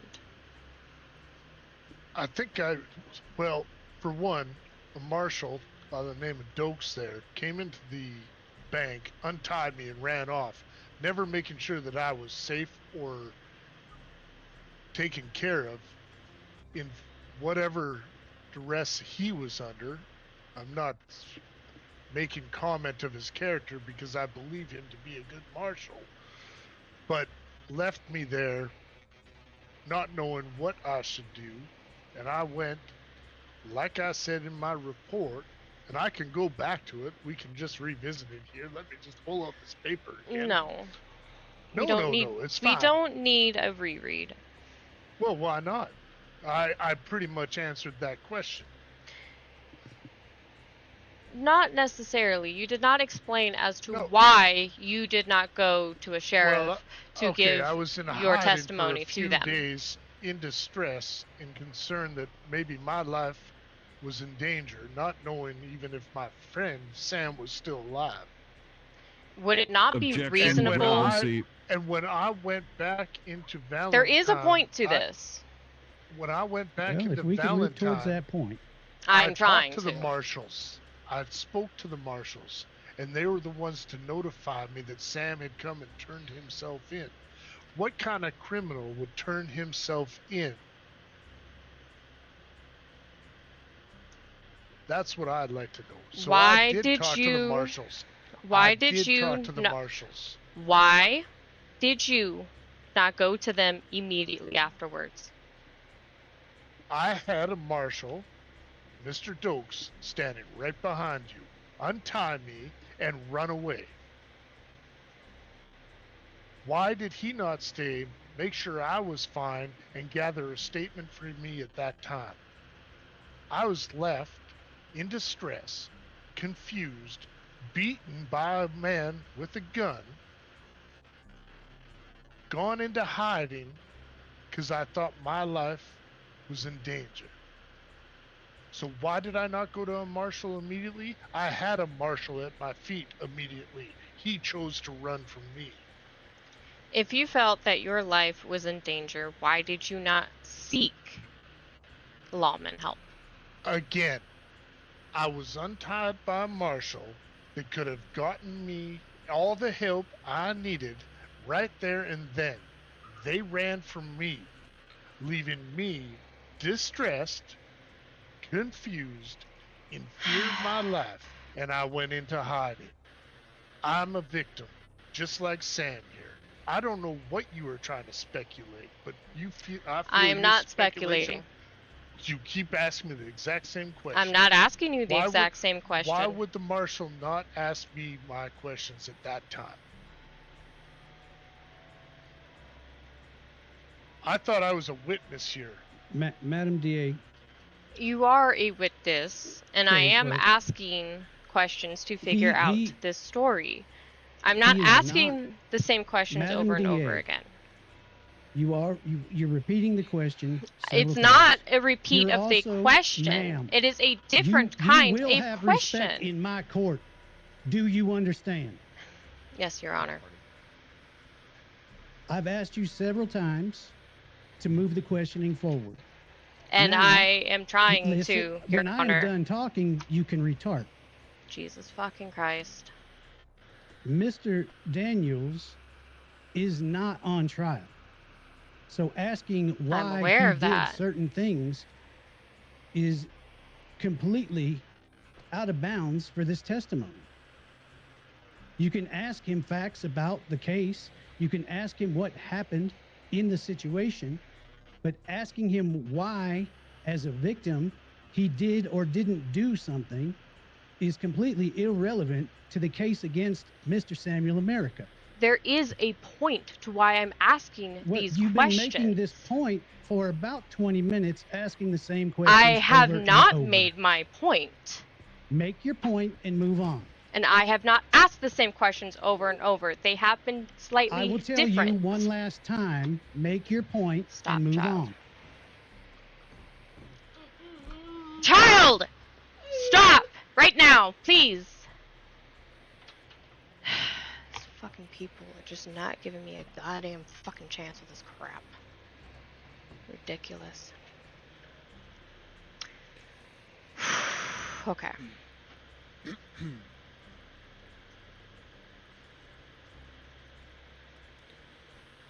My point here is that at the start of your testimony, you described your relationship with him as a close bond.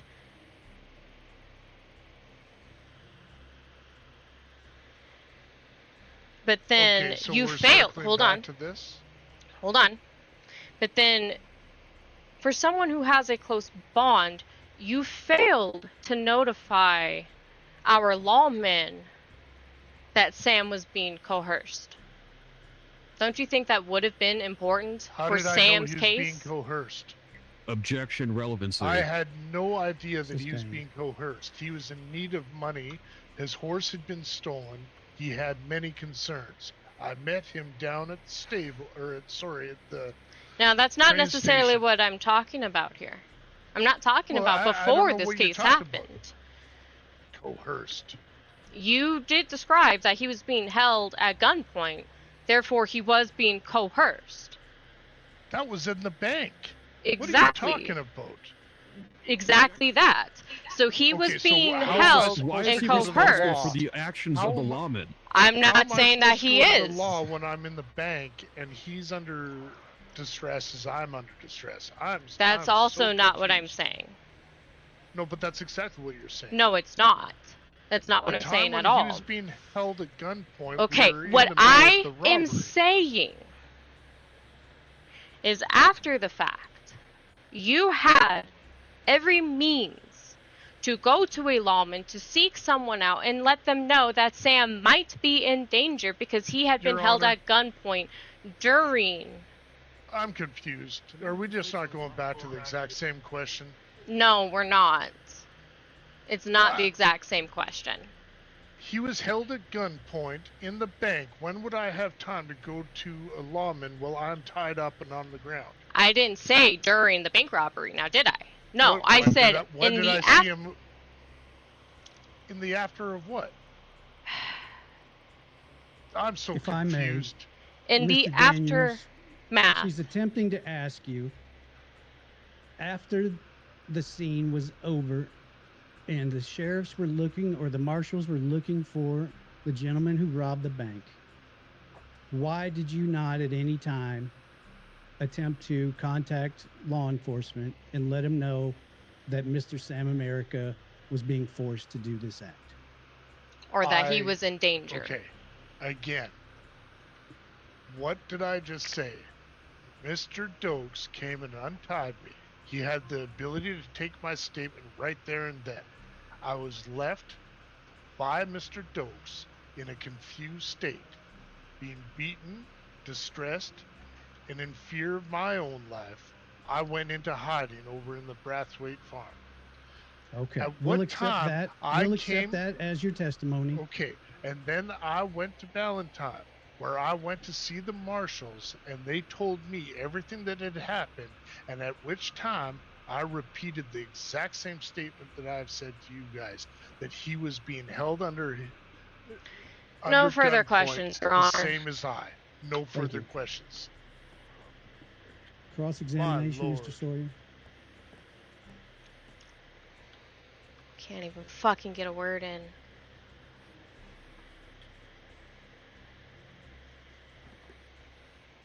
So how you doing, JD?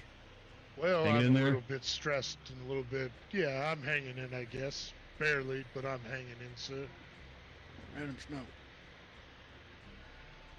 So cannot just to talk get here. things clarified, Can you step to from your perspective in the bank, you only saw 3 accomplices and you and Oh, we JD, can't and the sheriffs were outside, right? Sawyer, that's been asked and answered. We've Yes, that's established that. exactly correct. Don't worry too much about what he answers, right? Just let him answer it. Even if he lies, even if he says untruthful things, we know. You know what I mean? Just leave it up to the judge to decide, because obviously they're going to lie here. They're not going to be able to pull the truth out of a lie, you know? Just, we got to know. I understand. So, to clarify, you were under immense distress, That wasn't bad. Correct, sir. You can bring it. and that the window between Sam turning himself in and you meeting the marshals is only about 20 minutes?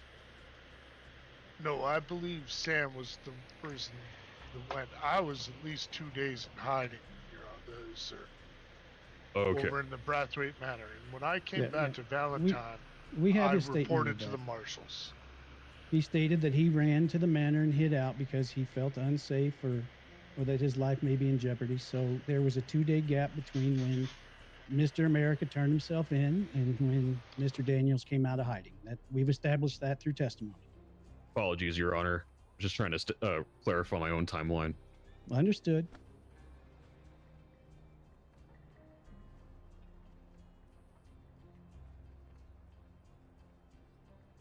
So, on the day of this incident, one of the first things that occurred was Sam losing his horse, correct?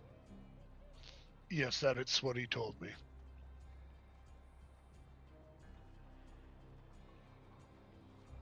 Did he? And it's been stated that he's left on a horse from the robbery. That was not his horse? I do not believe that to be his horse. I was tied up and bound and put on the back of my horse. I Okay. believe he was put on the back of another horse or was forced to ride the horse, but I could not tell from that angle.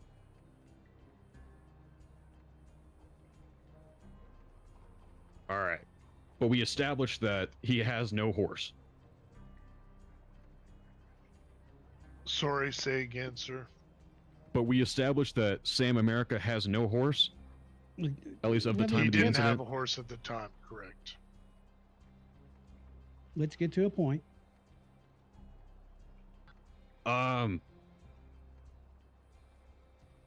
Somebody said that Sam left on his own accord on his own horse. My point is that he didn't have a horse at the time of the event, nor at any point during so. Correct.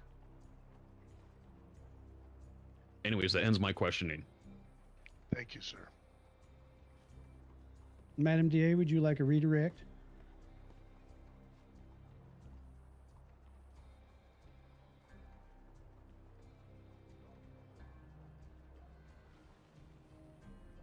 Sorry, my footsteps were loud. Who was that question at? Madam DA, would you like to redirect this witness? No, Your Honor. Thank you. God. You may call your next Fucking witness. God. Mr. Keep Daniels, your you may comments step to down. yourself. Thank you, sir. Prosecution rests at this time. Holy shit. Thank you. Child, stop, Sawyer? please. Go.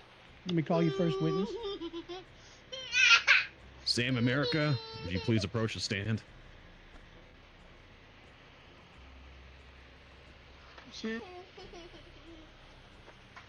Samuel America, by showing witness in my court, you understand that you are under oath to tell the truth, nothing but the truth, so help you God? Absolutely, Your Honor. So help me God. Thank you. Go on, Mr. Sawyer. I would like to begin this with Sam. Would you like to read your prepared testimony? I would, Mr. Sawyer. Thank you very much. Now, ladies and gentlemen of the court, I will say that this is quite the lengthy report here, but please bear with me as this holds key details to my freedom. Mr. America, I do ask that you attempt to limit your testimony to facts. Mr. Judge, respectfully, everything that I prepared in this statement is factual notes written immediately after I have appreciate spoken that, to Mr. Dokes. and I understand. I'm just reminding you that we are going to make statements on facts. We are not going to soapbox in any way. Your Honor, I beg the court's understanding. I was not expected to be a participant in this, and I'm sorry. Speak up. I beg the court's understanding. I was not expected to be a participant in this, and I'm running out of time to be able to stay here. If things might be able to be expedited in some way. Excellent. We are moving forward as quickly as possible. I believe that based on the number of people in the room, there aren't a whole lot of people left to call for witness. Mr. America, please proceed. Absolutely, Your Honor. I woke up from a long nap in Valentine, having been in a deep sleep.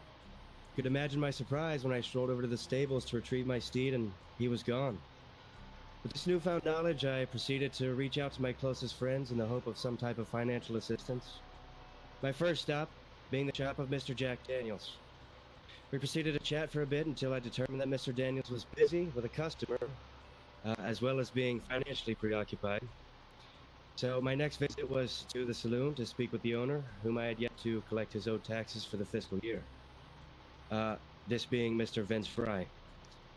To my surprise, Mr. Fry was nowhere to be seen. With no horse and no leads as to where to acquire a new one, with the change in my mud-filled pockets, I sat and waited. Waited for a good long while. Eventually, Mr. Daniels became free for conversation. I explained my predicament, and Mr. Daniels recommended tax collection efforts to proceed as regularly scheduled, and obviously a man such as myself would absolutely agree, as it is my civic duty to this great country to make sure every great citizen pays their dues. During this conversation, a man approaches me, a rather short man wearing a gray suit going by the name of James. He expressed his sentiments to me for my lost steed and assured me that he could help me find some help for my financial insufficiencies. Elated with this newfound knowledge, I followed him out of the door to the bank. We walked into the establishment. As Mr. James stepped to the counter, I reached for my tax ledger when this individual proceeded to brandish a firearm at me. He pointed it straight in my face. He instructed me to stay calm and listen carefully. He removed a sheet of paper from his suit vest and threw it at my feet and urged me to pick it up. I did as I was asked. Upon doing so, I realized this was a type of script. Some sort of speech? No. It was a well-written list of demands, as well as all the incriminating evidence needed to put me at the face of this bank robbery. As this realization hit me, two more men entered the bank, a short-stature Mexican fellow whose name I had heard said as Julio, and an older gentleman named Jacob wearing a black trench coat. They stepped by the door, watching the James individual explain what my fate would be. He told me that he had a plan.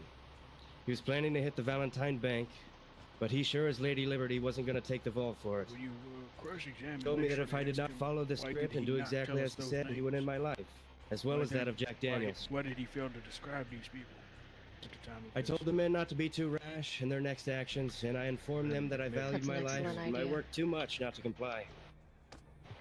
So we began out the doors of the bank, where the Union Army sat with a giant cannon in the middle of the street directly across from the bank.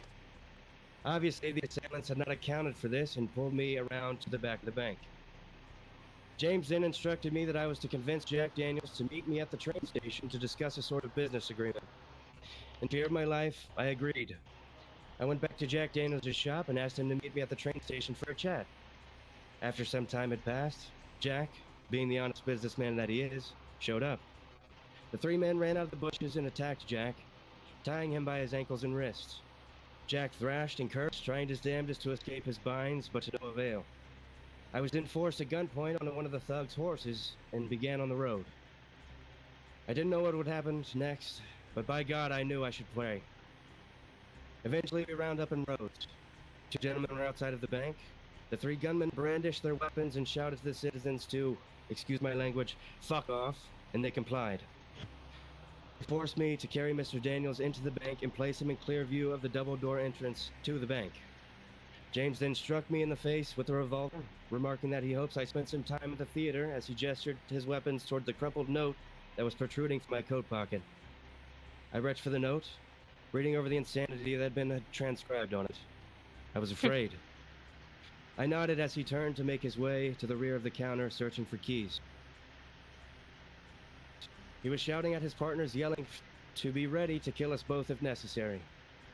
A short time passed, and the sheriff, as well as the Marshal Dokes and another marshal who showed up brandishing weapons and yelling for the party inside of the bank to make themselves known. The Mexican man began yelling at the sheriff, telling him of the hostage, referring to Mr. Daniels, and to stay away from the bank doors. After a short argument, the Mexican gentleman pointed his weapon at me, signaling for the speech, where I was instructed to recite my name, and this heinous act being some sort of direct form of taxation. I knew this could not end well for me. I played along. I couldn't die yet. The lawmen complied with all of the demands of the assailants, allowing them, along with myself, to escape to Saint Denis. We rode to the tailor, where we were all instructed by the leader to change clothes. I obeyed. Shortly after exiting the tailor shop again, the leader brandished his firearm, told me that I did well, that I would make a good, quote, scapegoat. He did not I mention nervously the fact that began he's agreeing with the one who gunman, stated and he decided that the gold that he acquired from the job was too much evidence. Could It you all write these happened questions to down for apprehend me? him. So after instructing his men to split up and regroup at Emerald Ranch Racetrack, If you could write those I returned my questions down gaze to for him me, I can ask them. and was suddenly struck twice with what I assumed to be the butt of his revolver, rendering me unconscious. When I awoke, I found my overcoat had been removed and crumpled beside me. When I clambered to my feet and bent down to retrieve my coat, I noticed that it was much heavier than I was expecting. Inside, I found 3 gold bars, some of them being blue gold, and the other ones being solid 24-karat yellow gold. My heart sank. I was confused, concussed, and worried for the fate of Mr. Daniels, who I had not seen since the incident at the bank. I immediately traveled to the Saint Denis police station, but unfortunately, it was a ghost town. I then sent a local to call for help, with the last $15 in my pocket. I sat at the park and waited, completely unarmed. Some time would pass. Eventually, Marshal Dokes would respond to the call. I proceeded to explain with great distress the key points of what I could remember through the haze of unconsciousness where he, like myself, became concerned for the well-being of Mr. Daniels. He then proceeded to give me a ride back to Valentine to the law office, where I was escorted into a cell to await an audience with the sheriff. After some time, the sheriff walked in, visibly angry. Given that he was forced to shave his head and remove his trousers as a part of the demands of the assailants, I could understand his frustrations. I then explained my story and concern for Mr. Daniels. He proceeded to doubt my story as well as my credibility, calling me a, quote, damn dirty criminal repeatedly. Taken aback by this statement, I proceeded to defend myself, stating the obvious of why I would go through the trouble of turning myself in if I had truly wished to commit this travesty after having my full name stated in my everyday clothes. He persisted, claiming that my past was more than enough to label me a filthy criminal. After about 20 minutes, I was released from holding. I then contacted a lawyer. The sheriff stated that given a warrant, I would be reapprehended and sent to prison until I was given a trial date, which is where I wrote this statement, and that concludes my statement.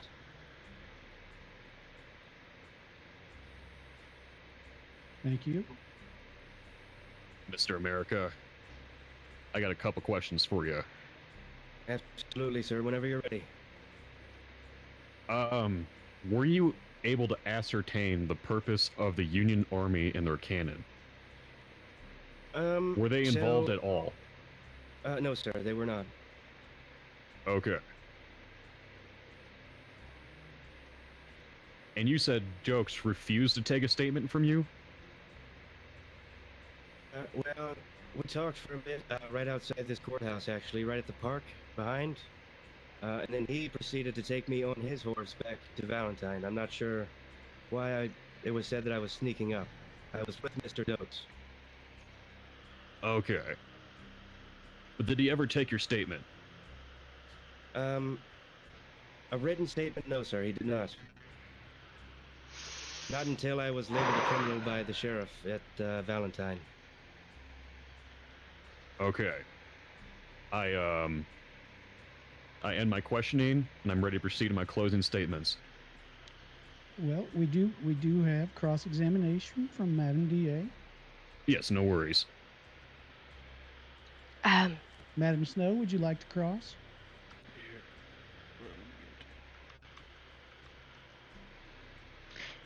Yes, Your Honor. Thank you. There you go. Hold that out. And hold it. You got it. Hello, Mr. Sam America. Miss District Attorney.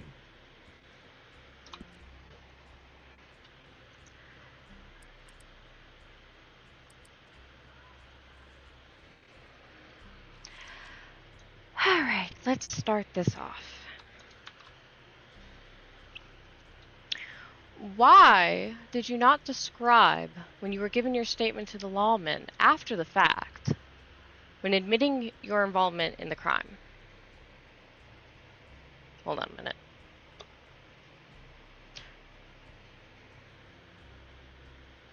Why did you not describe when giving your statement to the lawman after the fact?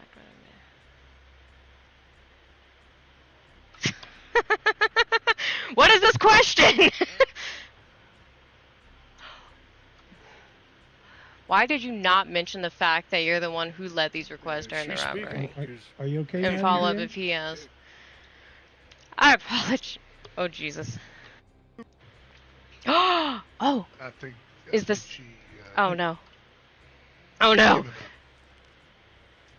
I apologize. go. It seems There we I could not look at my note and speak at the exact same time. No problem. No problem. Now, as I was so desperately trying to ask, why is it that when you were with the lawmen, why did you not describe your statement to them as far as what had been happening? Well, I did. Again, I explained everything to Mr. Dokes. I want to say for the record, Mr. Dokes has told me multiple times that he suffers from youthful dementia. Whether that's relevant or not, I'm not sure. But, like I said, I explained everything to him. He took me down to Valentine, where I then proceeded to explain to Mr. I believe it's Falcone. That's his name, the sheriff. And he proceeded to call me a damned dirty criminal. At any point in time while you were with the law, did you ever mention the names of these 3 individuals? I did, in fact, yes. At what point in time in your testimony to the lawman did you tell them their names? Well, after waiting 20 minutes in the park for a lawman to, respond to the local call, I explained it thoroughly to Mr. Dokes, just as I have here today. Upon proceeding down to Valentine, where I was placed in a cell, I then explained the exact same story to the sheriff. Names and all. Why is it that you did not mention in your testimony that you were the one who led the demands? I did. Very clearly. I said that they gave me a note and they told me to read it or they would kill me and Jack Daniels. So all of those demands, as well as the speech that you performed, all of this was written down on that note. Correct. At any point in time, did you give that note to any of the lawmen? I did not. Because Why? when I awoke, as I said, my coat had been ruffled through, there was gold bars, and I could not find the note. I see. I was rendered unconscious. It's a little fuzzy. Now, when did these men come up to you to force you into this? Like, what was the start of that interaction, if I may ask? Well, as I stated before, I had initially spoke to Mr. Daniels at his gun store, inquiring about money to procure, a horse. After he said that basically he didn't have time or money at the moment, I then proceeded to the, the saloon there, the Moose Knuckle, owned by Mr. Vince Fry. Then after that, like I said, the gentleman who called himself James approached me in a gray suit and asked me what my deal was, basically. And I told him that I needed a horse and I was running low on money.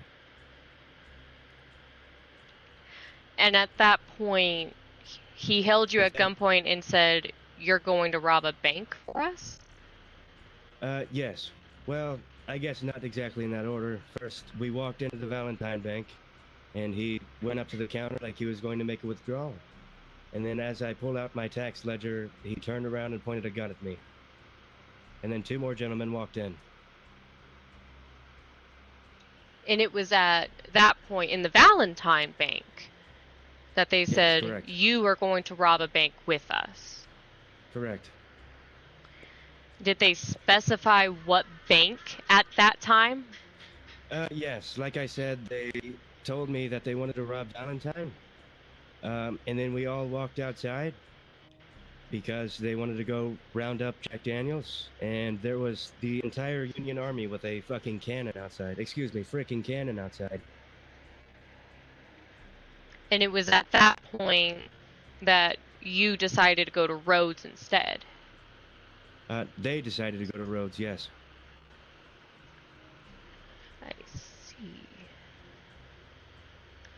Now, when you rode off to escape from the law, did it ever cross your mind that you could have stopped and asked for their help?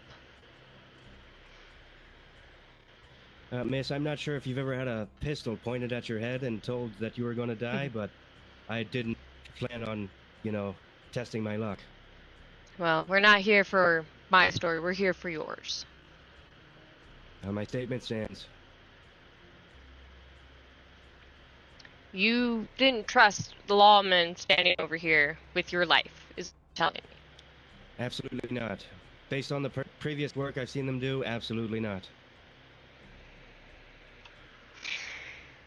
At the time, I believe it was only the sheriff and Mr. Dokes in Valentine, as well as about 8 members of the Union Army. So, I mean, could have got pretty sticky. Why did you turn yourself in? Because I plan on running for governor, and I don't need this on my record. I'm not a criminal. Yeah, but you have past criminal activities that we're not even allowed to discuss. This is icky. Anything else, Madam DA? Yes. Why is it that you chose Jack Daniels as your hostage? Miss, I didn't choose anyone. I did not want to be a part of this. I will reiterate. When I say you, I mean it as in a plural you, as in group. I'm not sure. I didn't ask. Okay. Again, I had a gun pointed at my head. I wasn't about to ask questions. So if you did not have a horse at the time of this event, whose horse did you ride on? I believe it was the small Mexican man. And was he riding with you? He was driving the horse. Steering, I guess. And you did not take Jack Daniels with you. You left him there in the bank for the lawmen to assess. Correct.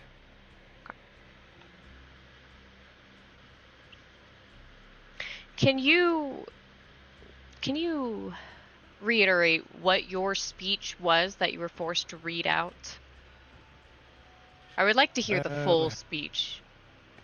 Well, as I said, I lost a note, so I can kind of try to piece it together if you'd like.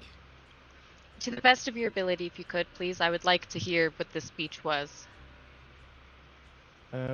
So I believe it started out as, "Ladies and gentlemen, my name is Samuel Freedom America. Do not be alarmed, for this is a more direct form of taxation. Me and my associates here are just simply doing our civil duty of collecting taxes, and so on and so forth." It was quite the long speech, I must say. I see. And you do consider yourself the tax man, is that right? Yes, ma'am. Absolutely. What are these taxes for, if I may ask? Well, I'm sure we've all here seen the state of Valentine as it currently stands. It's a cesspit, right? Taxes obviously go to, it is a ranch in town. the rebuilding of that once great city, as well as funding the United States military against all evil and tyranny, foreign and domestic, and to keep the great people of the state safe. I see. Now, why would these criminals want to take your contributions and use them against yourself in this criminal manner? Well, miss, I think you answered your own question. I believe they're criminals.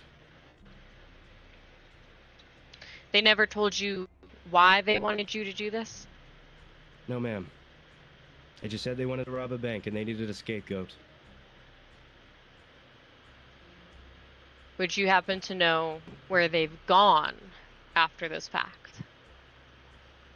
Well, like I said in my statement, we were outside of the Taylor in Saint Denis, and I heard the leader, whose name was James, I believe, tell the short Mexican fellow and the older gentleman to split up and meet at the Emerald Raceway.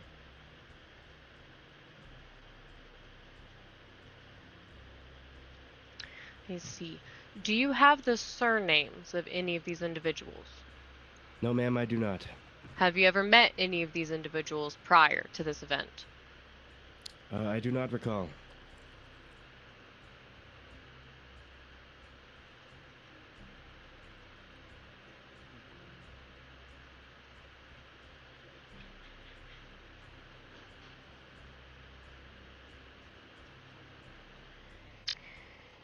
Am I lost for words? I'm too tired for this crap. Anything further? No, the prosecution rests, Your Honor. Thank you. You may step down, Mr. America. Thank you, Your Honor. At this time, we are ready for closing arguments.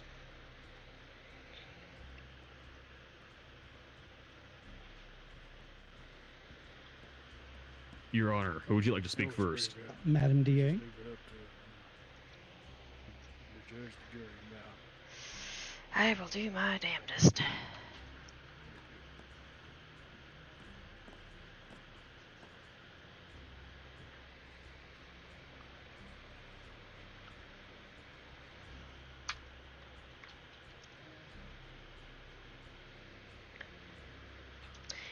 Ladies and gentlemen of the jury, Your Honor, as we have witnessed today, there are many sides of this story that do not quite add up. And it would be up to you to decide whose truth is the real truth. But I ask of you, this man admitted at fault to this bank robbery. And while he possibly could have been coerced, the deed was done. Guns had been pointed, guns had been used by this man. And for that, he should answer for his crime. I know the question has been asked many times. What criminal would turn himself in? And the answer to that is a guilty one with a conscience. Thank you all very much.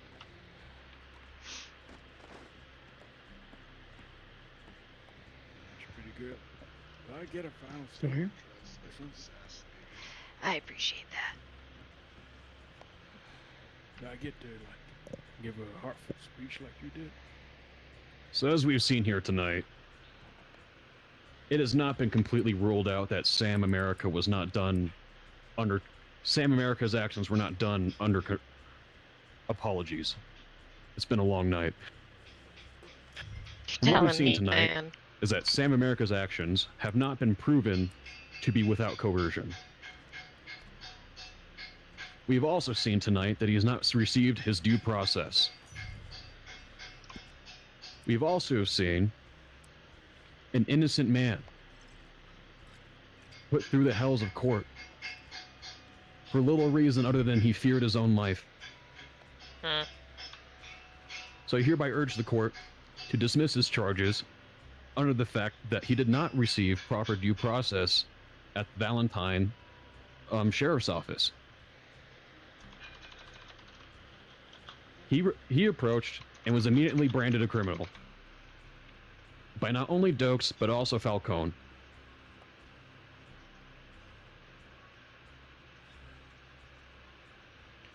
So, to everybody in the jury, and to my fellow members of the DOJ, we must keep our due diligence and remember that everybody has their rights. And thus concludes my testimony. Thank you, Mr. Sawyer.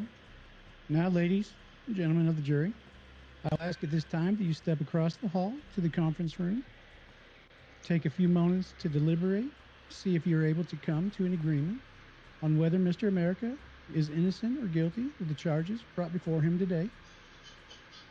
When you have reached a verdict, please make your way back over here. Elect one of you to be the spokesman so that we're not all talking at once. We'll read the verdict and we'll move forward. Oh. Yes, Your Honor. Yes, sir. So as to not disturb everybody, I'm going to just try to hop over here. Oh, very well. I do ask that everyone remain civil and quiet in the courtroom. Take that. Ooh, injected me with the syringe, but You know, we branded him a criminal because he robbed a bank. And he openly admitted to it too. I appreciate you.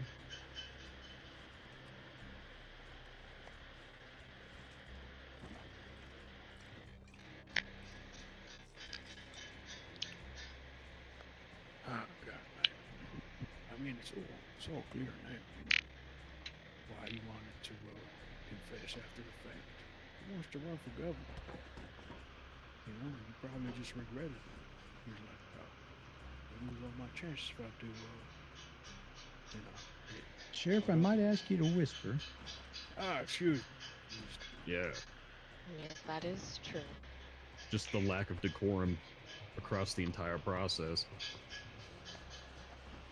Mr. Sawyer, I will again ask you to also reduce your sound to a whisper if you're having a private conversation in the courtroom. I will say, Apologies, Your Honor. after this trial, I need to have a meeting with as many lawmen around as possible. Yeah. 3 people.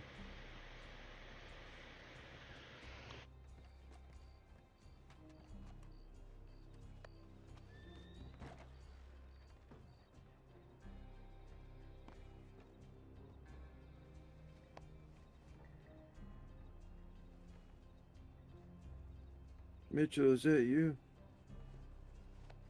How you doing, son? How you doing, son?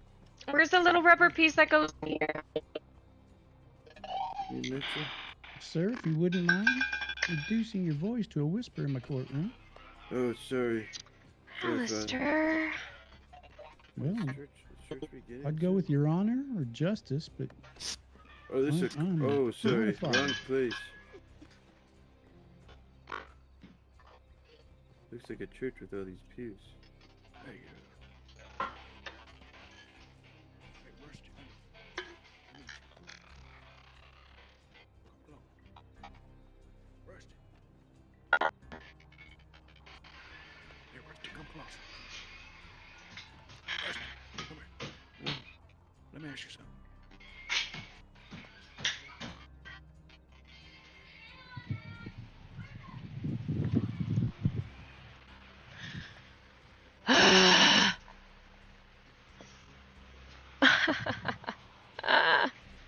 I just want to punch a wall. I just want to punch a wall. I just want to punch a wall. It's okay though.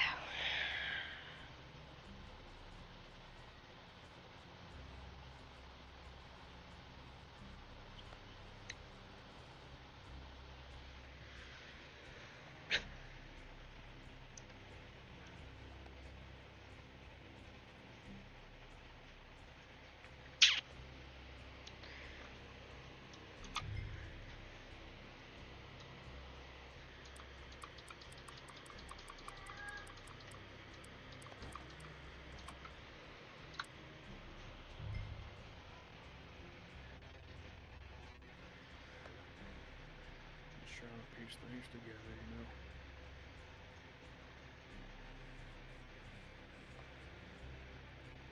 Right now, courtroom. It's a court case.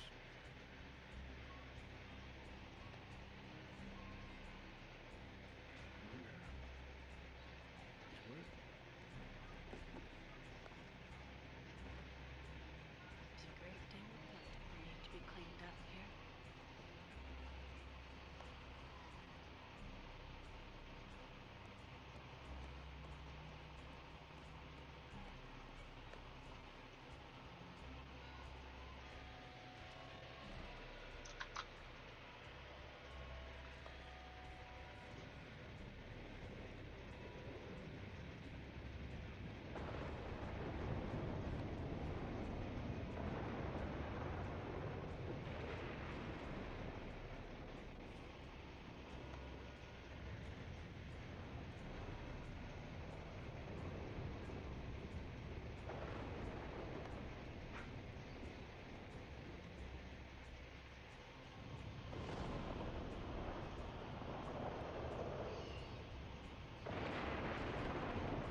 1911.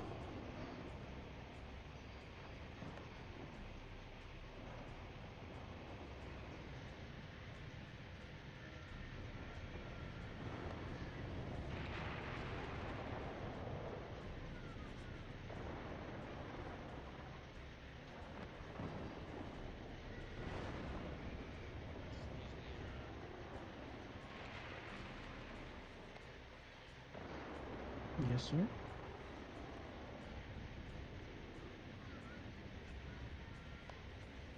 I'm sorry.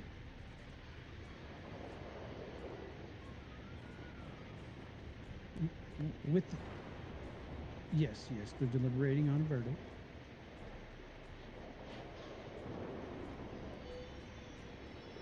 Correct.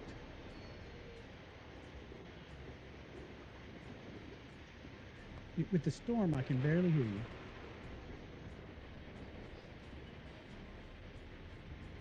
Yeah. Thank you very much.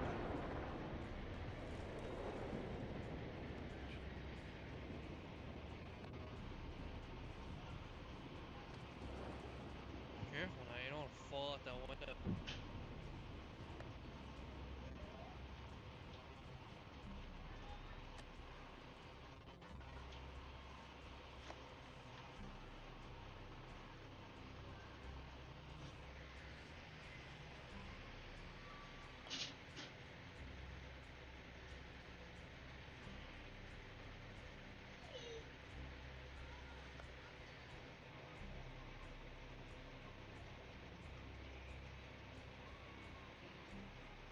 We forgot to do the Pledge of Allegiance before this. Heh. He's got a point. I pledge allegiance to the flag.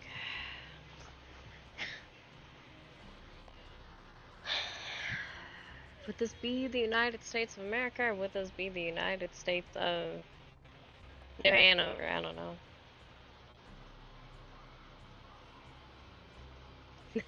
The United Territories of Legion, I don't know.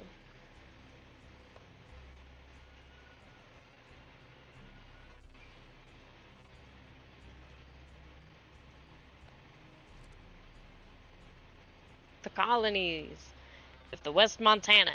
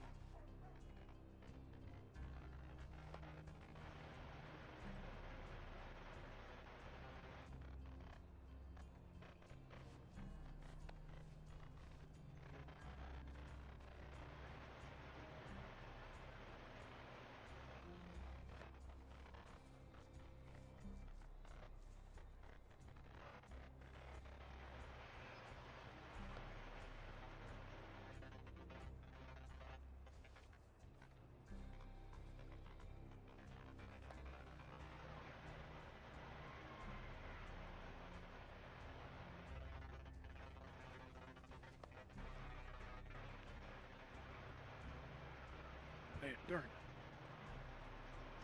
Madam Snow, Yes, sir? what do you think our chances here, percentage-wise? What do I think are what now? Our chances in winning this court case.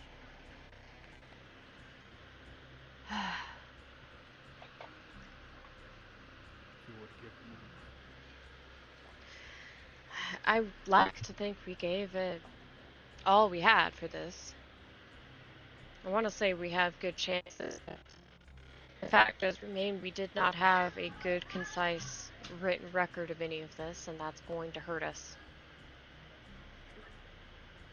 Which is why I said, at the conclusion of this trial, no matter what happens, I would at least like a discussion with as many lawmen as possible so we can go over our record keeping. Your Honor, we've come to a decision. Ladies and gentlemen of the jury, have you come to a I conclusion? don't know if you remember, but we had a Yes, sir. different judge. Who's your spokesman? Yes, Dr. Finley Sticky, Your Honor. Excellent. I, Dr. Sticky, if you'd like I'm to aware. read your findings. Yes. Let me just pull out my note. Based on the witness testimony brought to us today, based on the actions done by both lawman and criminal, the jury has come to a decision. Continued, based on the actions of a man in vulnerable position, Sam America was involved in this robbery, true, but he was vulnerable, coerced, and under threat of death, along with his close friend Jack Daniels. It is for these reasons that we consider Sam America not guilty. God damn it, Sam! Damn freedom. Yeah, you're gonna let the criminals run Mr. wild. Sam America, at this Believe the time, goddamn you are free. God damn you. You are free of these charges, and you are free to move on about your life. I wish you the very best. God bless everybody in this courtroom. You're all getting a tax exemption. Yeah! Well, listen, Mr. America, no matter what happens, you're gonna get locked up. Like No matter where you get Oh yeah, keep threatening me, Sheriff. My apologies. threatening You you, will I'm get threatening locked you. up, motherfucker. You're gonna go to jail. Unbelievable. Oh, both of you. Look at that. You see this, Judge? Sorry about that. These are the men you have working for your Justice Department. They don't believe I'll in see reform. myself out. They don't believe in Justice reform. will arrive someday. Excuse me, Your Honor.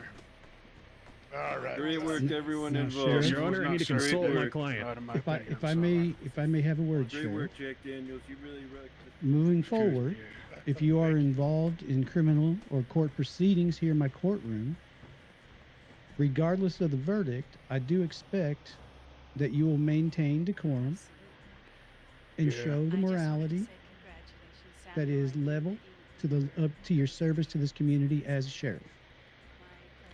Yeah, excuse me, I'm So sorry. I just gotta... making threats in the courtroom. It ain't Now threats, I mister. understand that everybody was heated, but I'm going to let you know moving forward. I expect you to handle yourself in the way that a sheriff would be expected to handle himself in my courtroom. Of course, mister. Thank you, sir. Excuse me, Your Honor. Yes, sir. Yeah, there's no justification, but I just don't believe justice was served today. Excuse me again. Regardless. I understand your feelings, and Dokes, calm down. Stop punching the walls. yeah, Sorry. Mr. Dokes. I Oh! understand you feel. Whoa, God damn it. everybody! Whoa, Ah, hey, hold on. Don't choke him. Attorney's furious. I am so sorry. It I ain't my fault. I'm sorry. I literally had a spasm. It's all right. Hey, Doug, Your I Honor. got a question for you. So, Excuse me again. No, thank you. so I appreciate you, and I appreciate your passion for your job, and I know that you do the best that you can to provide safety for our citizens. Okay, sounds good. I do admit we could have done better. I mean, Well, this will be a learning process for our entire county, yeah. our judicial system, and the marshal's office. And I'm sure we'll move forward, and everything will be fine. Of course. Your Honor. Have a great day. You as well. If Dale, the you're drunk. if Don't the worry about two it. Oh, sorry. if the two of you could do me a favor and round up as many lawmen as you can, I would like to have a Look at meeting him, with as man. many of you as possible. Yeah, sure. Look at his Madam bald head. DA, Yes, sir. I will leave you at the courtroom to have your meeting. Please lock Oh, up on your way out. I can Yes, see sir. my reflection in it. Yes, ma'am. It's like a crystal ball. All right. Yeah, he needs to put a hat If on. you are not a member of the DOJ at this time, we will ask you to make your way out of the Alright. courthouse, as we have a lot to clean up and some things that need to happen. Jesus Christ, I was so- Thank you all for attending our trial, seeing justice prevail. And thank you, Doctor, for your service Yeah. today. Thank you, Honor. Thank you. All right. Yeah, we had a round up. I mean, it was just me and you, Dokes, really, who was involved with that. We Right, both but I stayed mean, down. I mean everybody, because there is a reason why I want to speak with everybody. Yeah, 'Cause I I'm trying wanna- to get 'em- I I'm want to trying get 'em right try. now. I want to try to help you guys out with future cases. Let's just say this is a little judicial counseling. As district attorney, it is kind of my job to counsel you guys in what you need to be doing. All right, then I'll catch you later.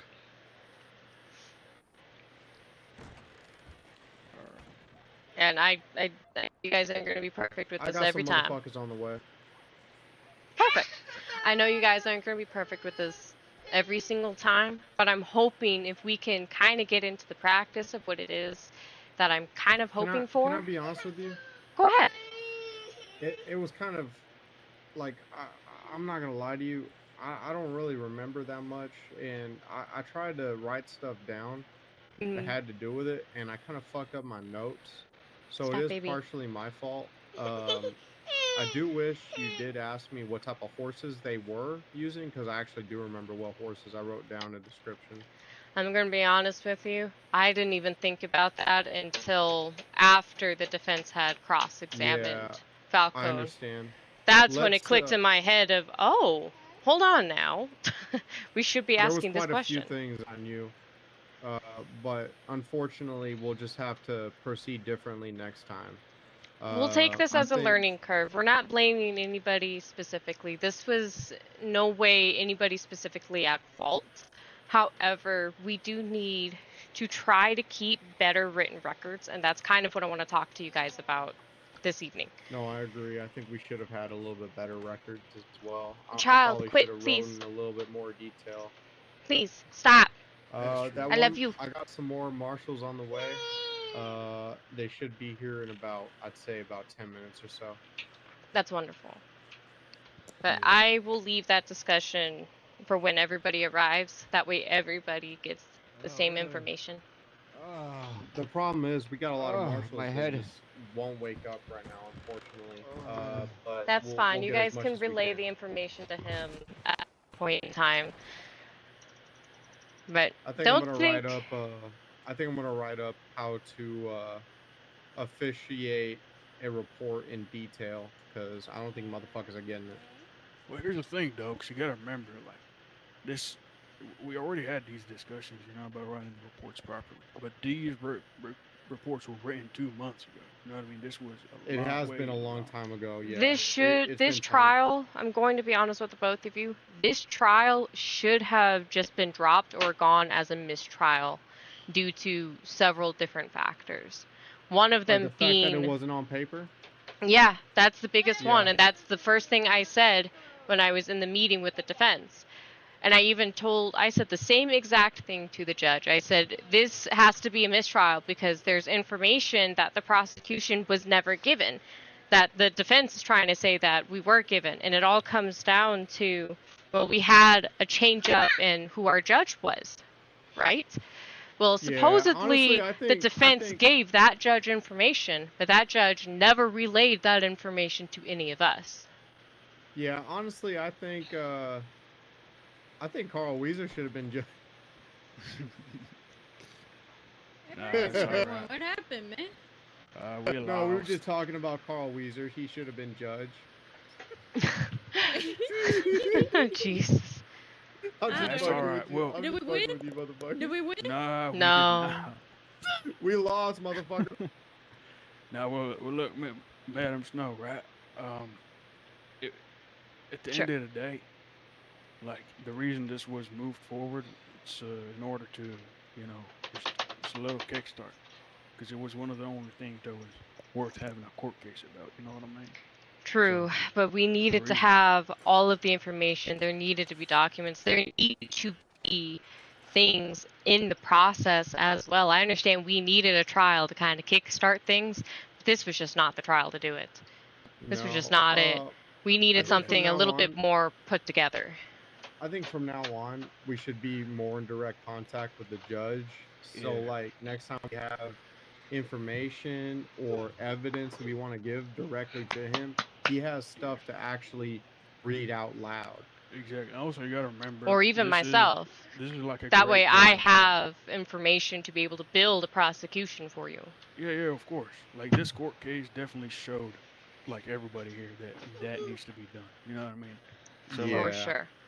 Regardless of how it went, you know what I mean? Negative, positive, it definitely, like, give us like a wake I'm also going to say, just so we don't have a loss of paper trail, maybe we need to find a way to have multiple areas to keep records or statements. That way, in case something happens again where our filing cabinets right here in the courtroom catch on fire and whatever, we at least have the records of what had happened somewhere safe. Yeah. Well, they're safe, right? The way they're supposed to be written down right now was always safe. They can never be deleted by anybody. The way they were set up previously, no, hold on, let me finish. The way they were set up previously was deleted by the ex judge. So, you know what I mean? It's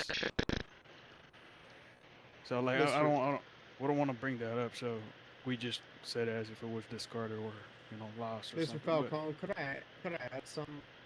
Yeah. Perhaps when we write reports, is there any way we could potentially submit the report on a undisclosed county billboard so it's accessible for DOJ the same way posters are? Well, yeah, that's how it's set up right now. Okay, what I mean... God, there's shots outside on. Hey, Damien, go check that out. I apologize for this. You're perfectly fine. Can I be honest with you? Anytime we try to have any fucking meetings, shit like this always goes down. I understand. This it kind of fucking sucks. I'm not gonna lie to you, because every time I try to anytime I try to say something that's important, shit always goes down. Yes, it's unfortunate things like this happen. I wonder, do you guys ever do these meetings on the clock, or do you ever clock off for them?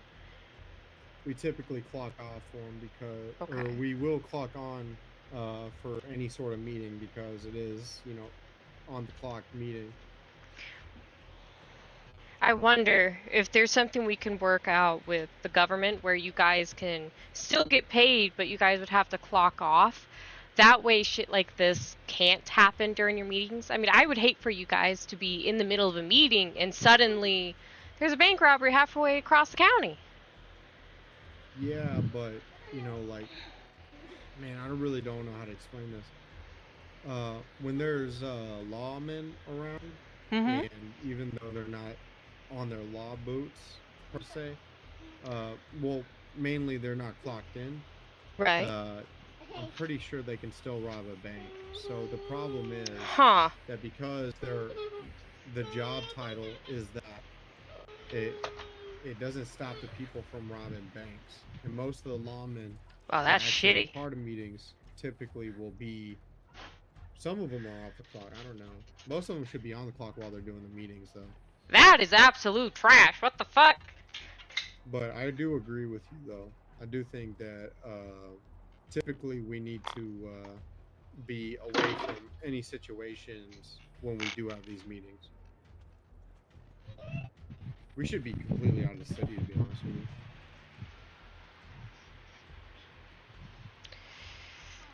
Well, I gotta say that's it's extremely unfortunate that you guys have to deal with this.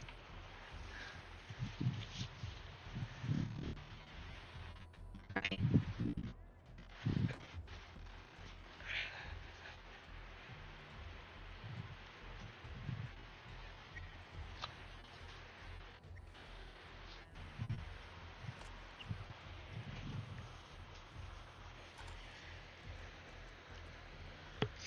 You know what? If you don't mind, I'm probably just gonna lock that door right there so we're at least safe in this room. Yeah, I don't blame you.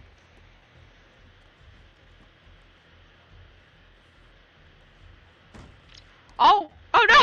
Why? Why? Yeah, the doors are kind of weird. You want to stand at least 2 feet behind the door when you lock it.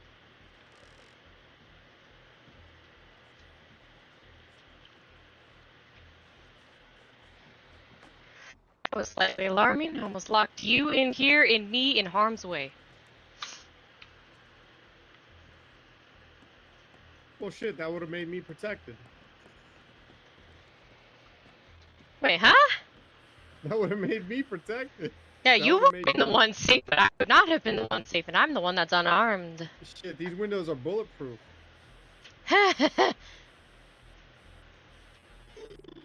I'm still Listen, staying outside from them. I do think that what me and you discussed the other day about the marshals being rehired on and being retrained would be a great idea, by the way. I would have to agree, Oops. but I would have to...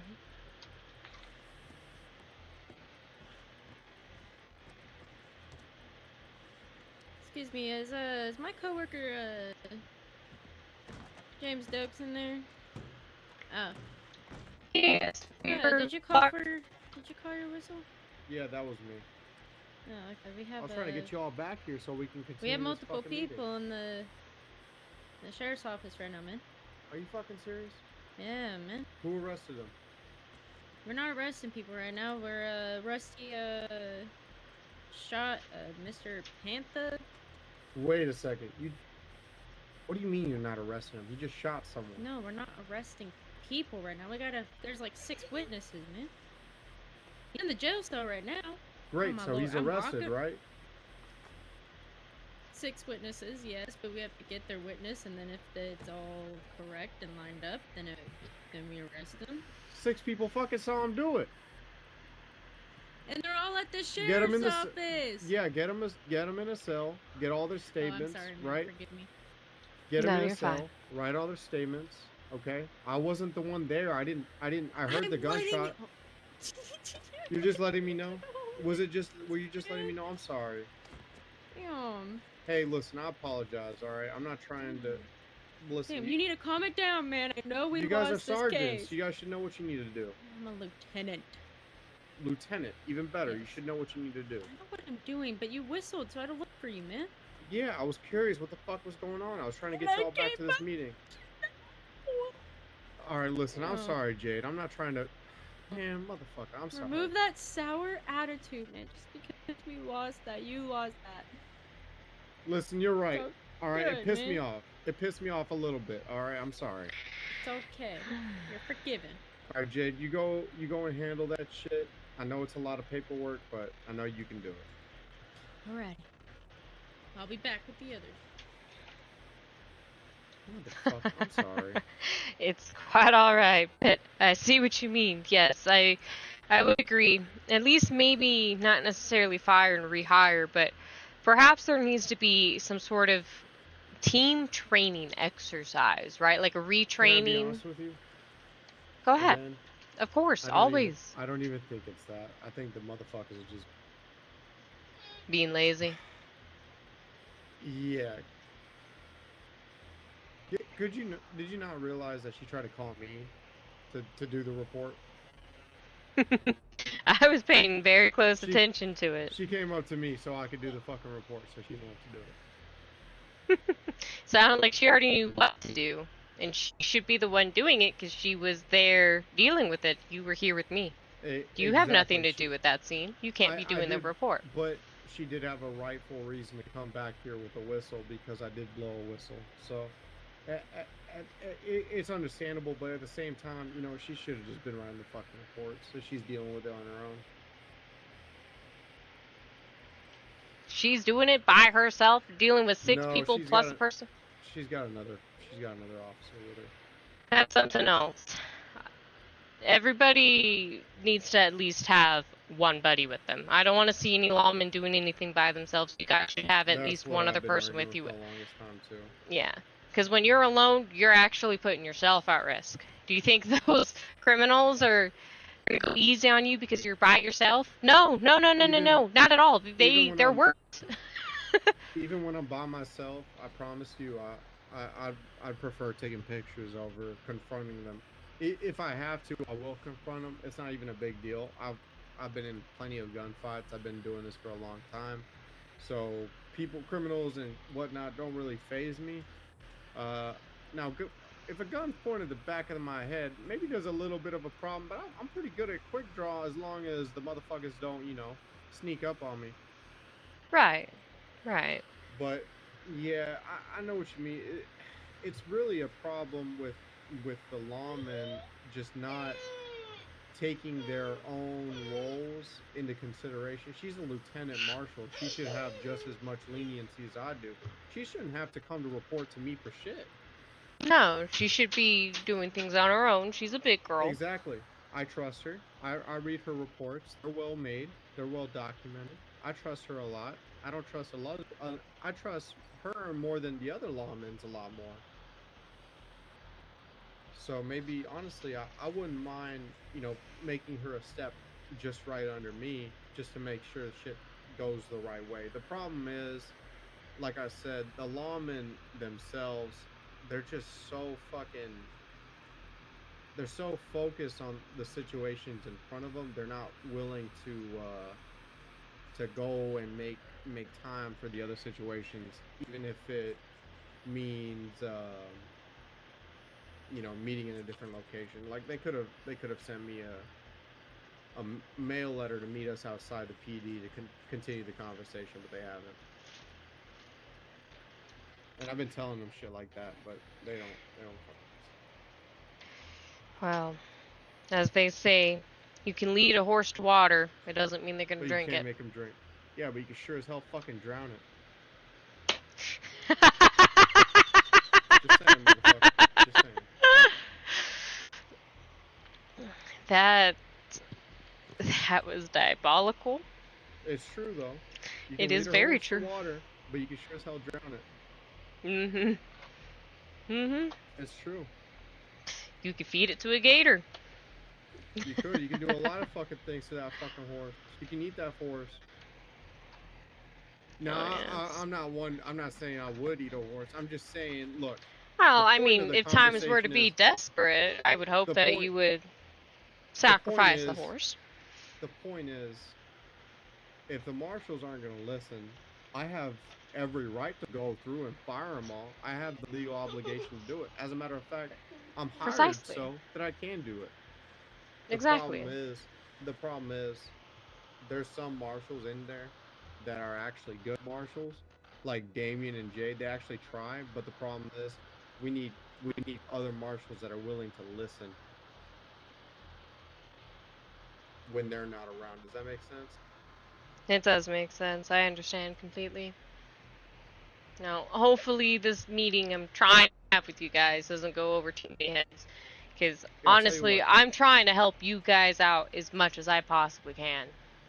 Because if I can help you guys out, you guys can make my job either a living hell or real easy. And I would much rather it not be a living hell. How about this? You tell me what you want to see. You got it. So, what it is that I want to see in your guys' report is just standard, right? I'm not saying that every report has to be perfect to the letter, but I definitely would like to see a lot more detail and a lot more information. For starts, I noticed a lot of the older reports, or at least the reports that I was able to see when I looked through the files, they don't even list, like, what time these crimes happened, what crime happened, or even what location these crimes happened in. Okay. It's just a very quick sentence of, so-and-so did this, so we sentenced him to jail. That's all I see. I would like to see a little bit more than that. All right, how about this? How about we also make sure we send each and every report we do directly to the DOJ in the newsletter? How do you feel about that? I would absolutely love that. Okay. What else would you like to see? I would like to see a list of names. Names of the officers involved. The doctors involved. The doctors involved. The witnesses. The criminals. The witnesses. Full list.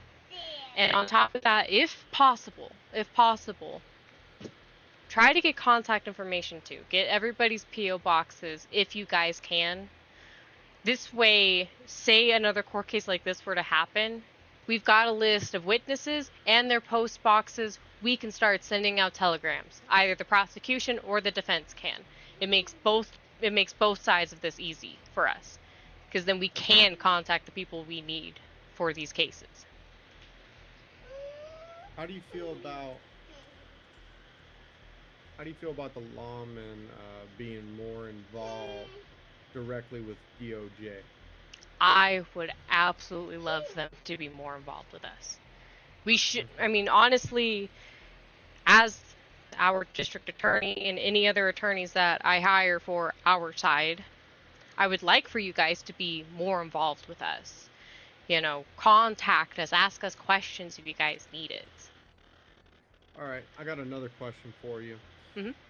How do you expect us to get the criminals to provide a adequate lawyer so that way the future can? Do you want us lawmen to have a list of lawyers to so that way they can contact? That would probably be a really good idea.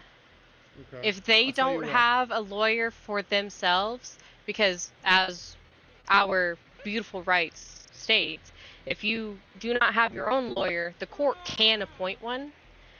So if they really, really want a lawyer, if you guys can get a list of all of our PO boxes, you guys can hand that information to the criminal, and they can. Can I ask you for something real quick? Of course.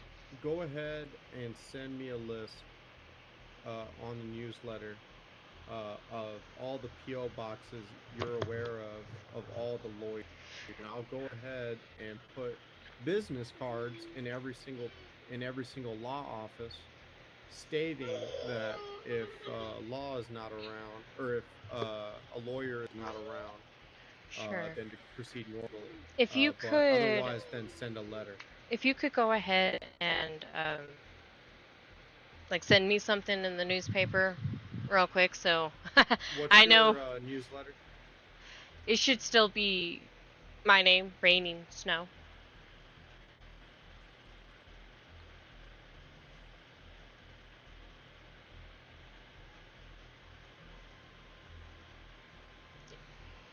And then I can get you a list of the DOJ post box numbers, at least that I have on record at the moment.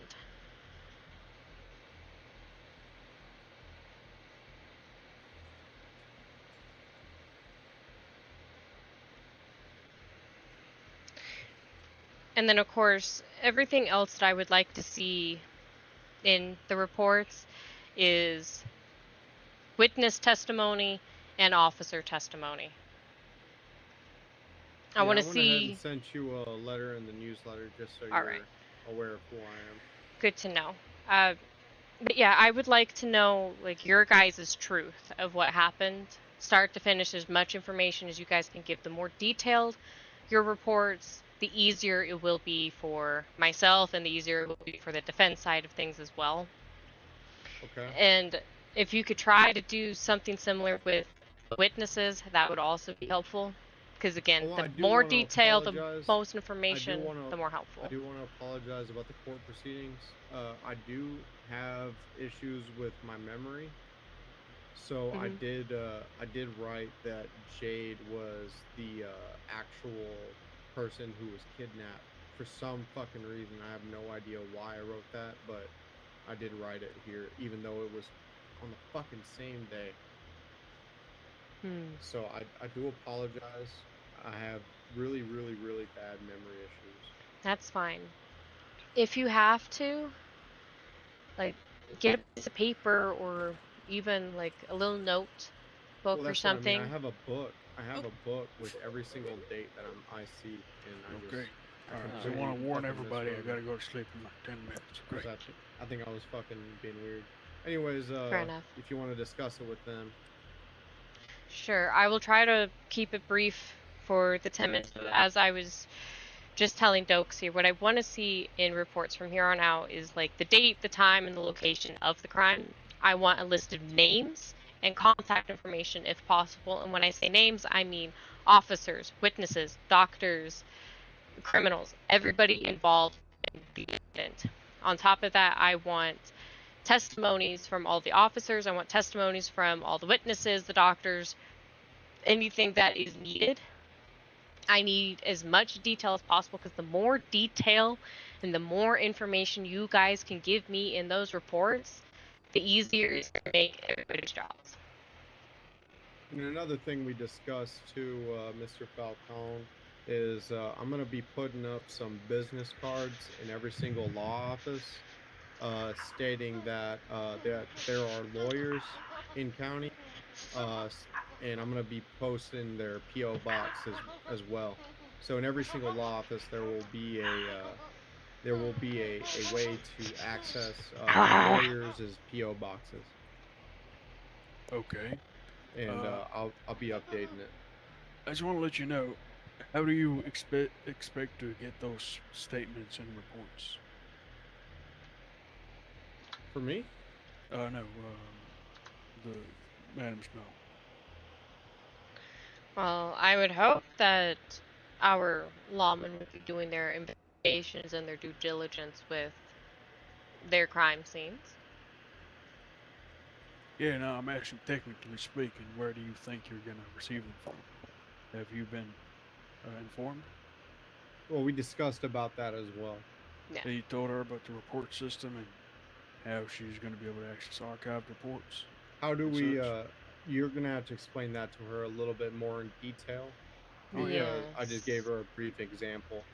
I thought the judges explained this, but basically, once you're on duty inside the courtroom, right, inside the courthouse, you can think/reports. I don't know if you ever opened that, but I have, and the reports I've seen in there have been very lackluster. So the reports very for full. Sam America, I looked up, and I did confirm it with Miss here. I'm sorry, what was your name? Snow, raining snow. Mrs. Raining Snow. I did confirm that the reports in the actual that were submitted in the report system were not adequate enough to sustain an arrest. So my suggestion is that perhaps in the future we can send it directly in the newsletter to DOJ with our written statement as we write it. Yeah, well, here's the thing. The problem with that, right? It's a technical thing where, as it happens, it takes a long time to write a report, right? You have to get all the numbers correct. You have to write it properly. And when arrests like this usually happen, it's in the middle of scenes, right? Yeah, You it can can take up confirm to that, 30 though, minutes CJ. sometimes even to write a good report. And especially Exactly. when shit's going on and you're the only lawman, it can be problematic, I understand. We are currently working on trying to hire more lawmen to suffice, but I'm also not expecting you guys to be perfect with it at the beginning or to be perfect with it every time. Take it more as I'm encouraging you guys to just try to give me more information, because I'm sorry, one line or two sentences is just not going to be enough. I agree. Especially in cases. That's why I True, said needs to as be much more, information as you guys can provide is going to be best. Like, I know I said what it is I would like to see is a lot, but I don't expect you guys to do it every single time, because obviously some cases are probably not going to be so big, so major, there's going to be so many people. It very well might just be, hey, this one person got robbed, all we have is this one witness statement from the victim saying this is what happened and this was stolen. That's a very quick, very easy, short little report that you guys can make. of course. A bank robbery yeah, report is to affirm probably what you're going to saying- be your 30-minute report. Yeah, to affirm what you're saying, it's legit. Like what you're saying, what you're requesting doesn't take that long. All I'm saying is that we can still do it through the report system. We do not have to do it directly through whatever you asked, like it being sent towards you, because you got to think about it. If something happens, and it happens at the time, we cannot predict sending it to you in the newspaper.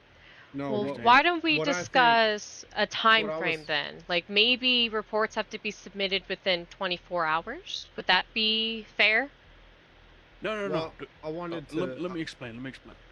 All I'm saying is that it can all be done through the system. It can all be done within the in-county system.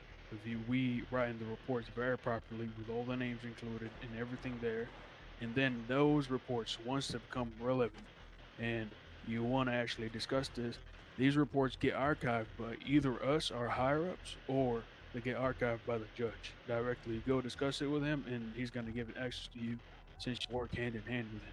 You're the DA. You understand? I mean, Once I you already get do those, have access. I can take a look at the reports, right? I can you pull can them read up right through 'em now. all. I Okay. think what she's asking for is just more detail in the Yes. reports. Yeah. A lot and more what I'm detail. saying is that, what I'm saying is that people will refrain from using the newspaper, and that is understandable for me. I don't. Well, my understanding is that the newspaper can be somewhat automated to post posters and such. Perhaps there's a way to do that with DOJ and submitting a quick, snip of the report that we made.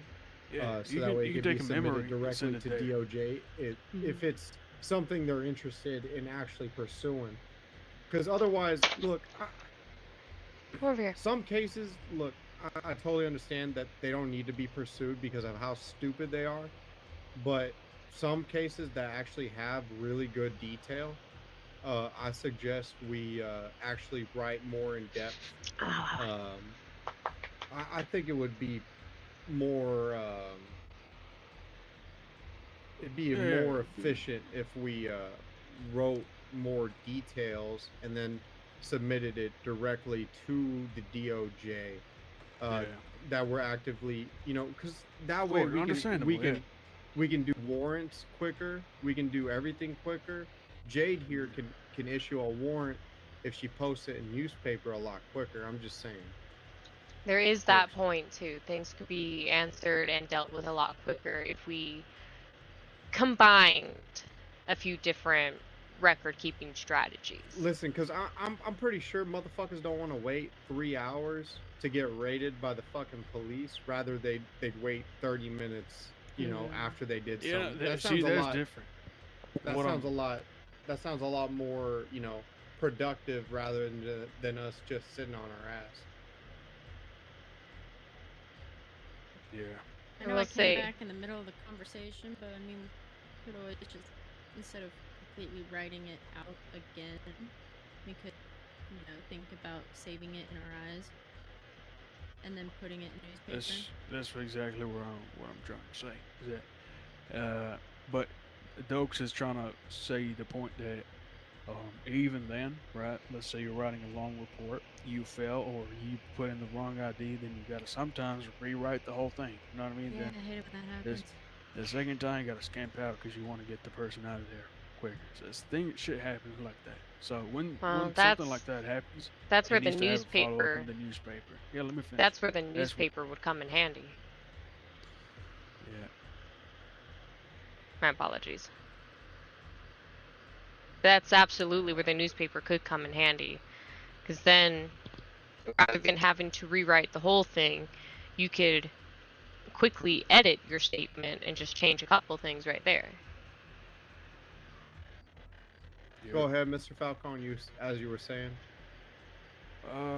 That's pretty much it. Matter of fact, we might have a way to allow editing. So let's say you want to get rid of somebody real fast, you write a short sentence. After you send them, then you write the entire report while they're in prison. I think that would be best. Honestly, that'd make it a lot easier. Yeah. Make it quick and simple, and then we edit it as more in-depth detail as time goes on. I know. Because That's why I said, what would be... With all the adrenaline that comes on during an arrest, I totally understand that, like, we can miss a few things. Especially with all the heightened tension, we may have missed a few details we may need to add. So I do agree that all reports should be editable. But that's where my question came in of what would be like a fair timeline of when these should be submitted? Because as you know, there is going to be like a statute of limitations. Like if a report just takes too long to be sent in, it's probably not going to be viable. So what would be like a fair thing to ask? Like, would it be an hour after the guy's been sent that the report has to be put in? Or should we do something like 24 hours to put in a report? Well, naturally it has to be done like on the spot. You write the statement as the person is there. Mm-hmm. That's how it should be done by the books. So that's what I'm suggesting is that you make the report, right? And then I'm gonna add the ability to edit or change. I mean, not me, excuse me. They'll add the ability to change whatever you wrote after the fact. So you send the person, and after you send them pretty quickly, then you can Come up take here, your baby. sweet time Come on whenever up you here. have free time to sit in the office and write the report properly. Oh, You know what I mean? are you okay? And then that's that. Oh, You don't I'm have to sorry. really worry about nothing too much. But it should be done You're as soon as okay. possible. That's how it stays relevant, like you said. Got it. Yeah, we'll come up with a system and we'll discuss it tomorrow, and it'll be a more in-depth tutorial or a guide on how to write a proper statement. Sure. Have like some sort of template on hand or something like that that can give everybody an idea of what is probably needed. Yeah, because I don't know if you saw the reports; they're pretty well sorted out, right? Aside from the description that's written for each one. Oh, you see how well yes. sorted out The case numbers. I can look things up by the full name of the criminal or the full name of the person that is being charged. Like, it is very nice and very well done. It's just the report themselves that needs to be doctored. Exactly. Once we get that ability to edit after the fact, I promise you, so it'll be way better. It's gonna be better quality. And we should. Is there a way go for? Through the books. Is there a way for like multiple officers to submit to the same case, or is it just one officer writes everything and that's that? Well, you're getting into the if you're doing something like that, then you would have to open an investigation if you want to put in multiple reports about the same situation. It would be an open investigation, and multiple people can submit to the same investigation. You know what I mean? Okay, so if there was like, using Sam America's case, for example, where we had 3 arresting officers and there were 5 individuals involved, we had the 1 hostage and then the 4 people who were doing the bank robbery, it would make sense that one person started the investigation file and then the other 2 wrote their statements and added that to that case. Yeah, once we give the ability to edit, then yeah, everybody can pitch in and write their own little thing in the description. Okay. But investigations definitely need to be discussed further. Yes. I don't know if you have. Oh yeah, we can create cases, investigation cases, and these can just be turned into full cases then. Yeah. You should have access to that, in my opinion. I'll make sure you get I access to that. probably do. I mean, I would like to see you guys do more investigations, I think that'd be kind of fun for you guys to do. Yeah, well, you missed our prime, I promise you. Once we had the numbers and the motivation, we were chewing through investigations. Well, hopefully there's a way for us to drum that all back up, because I'd love to see it. I really would. Yeah. Well, this was great today, honestly. It was a good wake-up call for everybody. Yes. Anywho, if y'all want to stick around and discuss, y'all are welcome, but I gotta, If you guys ever have questions, don't be afraid to contact me. I don't mind Can I get answering your questions. PO? Absolutely. My PO number is 305. The name is Raining Snow. Yeah, anytime. Even if you have to send me a pigeon to wake me up or something. If you got questions, I don't mind asking or answering. And I don't mind if you guys need me for meetings or whatnot. If you guys need representation, I'm here. I will try to build us a team so we can have more people in our attorney office. That way, if I myself might not be available, you guys will have someone that you can go to. Because now that's my job. I got to build up our district office here. And try to hire us some more attorneys.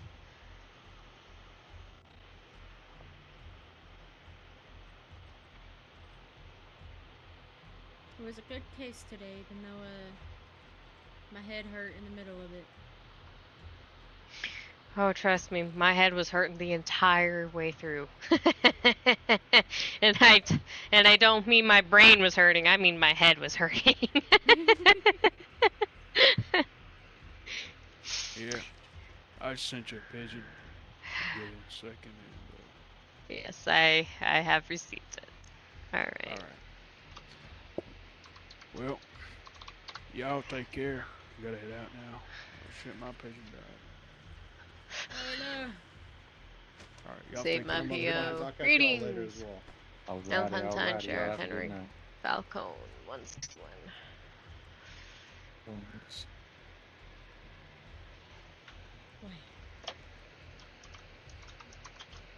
Now, who the hell Hello. are you? Who are you? I'm Chief Deputy Jade Anderson. I'm just a trainee. It'd be nice to Name- my training. No, I haven't seen my trainee in a minute. Just gonna shadow me. I'm making the best goddamn lawman in town. Yeah. Gotta lock this place up now. You know, they're selling donuts at the Blackwater bakery. I heard Say about we all that. go over there and get some donuts. Yeah, I'm down. Oh yeah.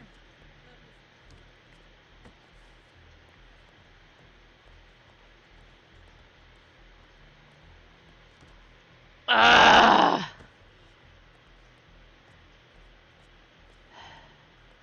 I just want to go train horses now.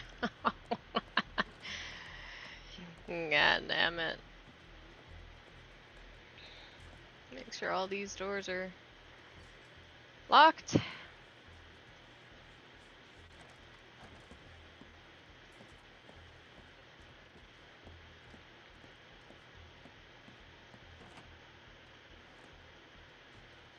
I can't appear to. Oh, there we go. I can lock this one. Alright. Oh, nope, nope. That door was locked. Now it's locked again. Okay. And there's no door for there or there. I don't think these ones have to be locked. I'm lock them anyway. Diabolical, I locked the toilet. Yep, that one's good and locked. Yep, that one's good and locked. Done. All that's left to do is to clock out, collect the money, runs the bank.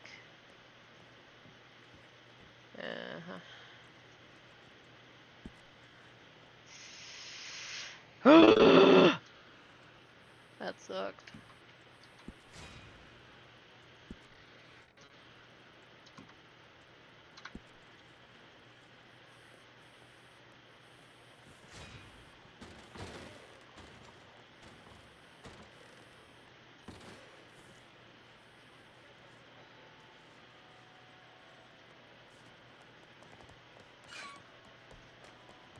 I'm running because I don't trust nobody.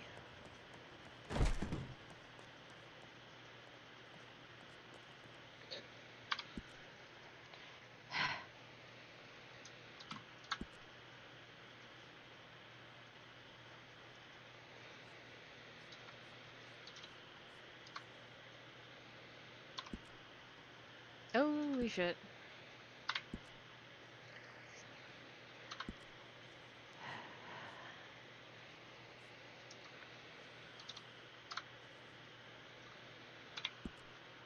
Okay, so I've got 1,200 here and another 1,400 over there. So that's $600, so I've got enough for the house for this month.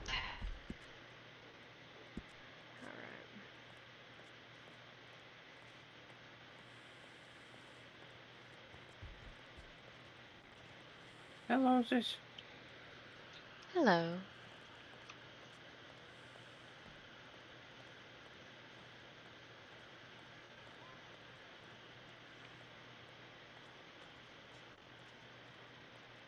Weather couldn't be any better. Sure.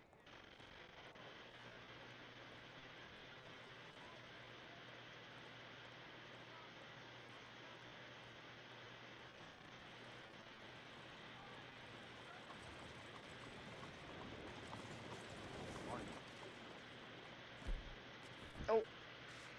Don't touch the mouse, please. Okay, I think we're calling that a night for this.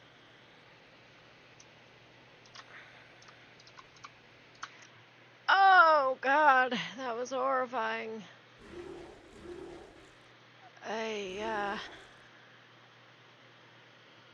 Alrighty. That is definitely the conclusion for Widow tonight.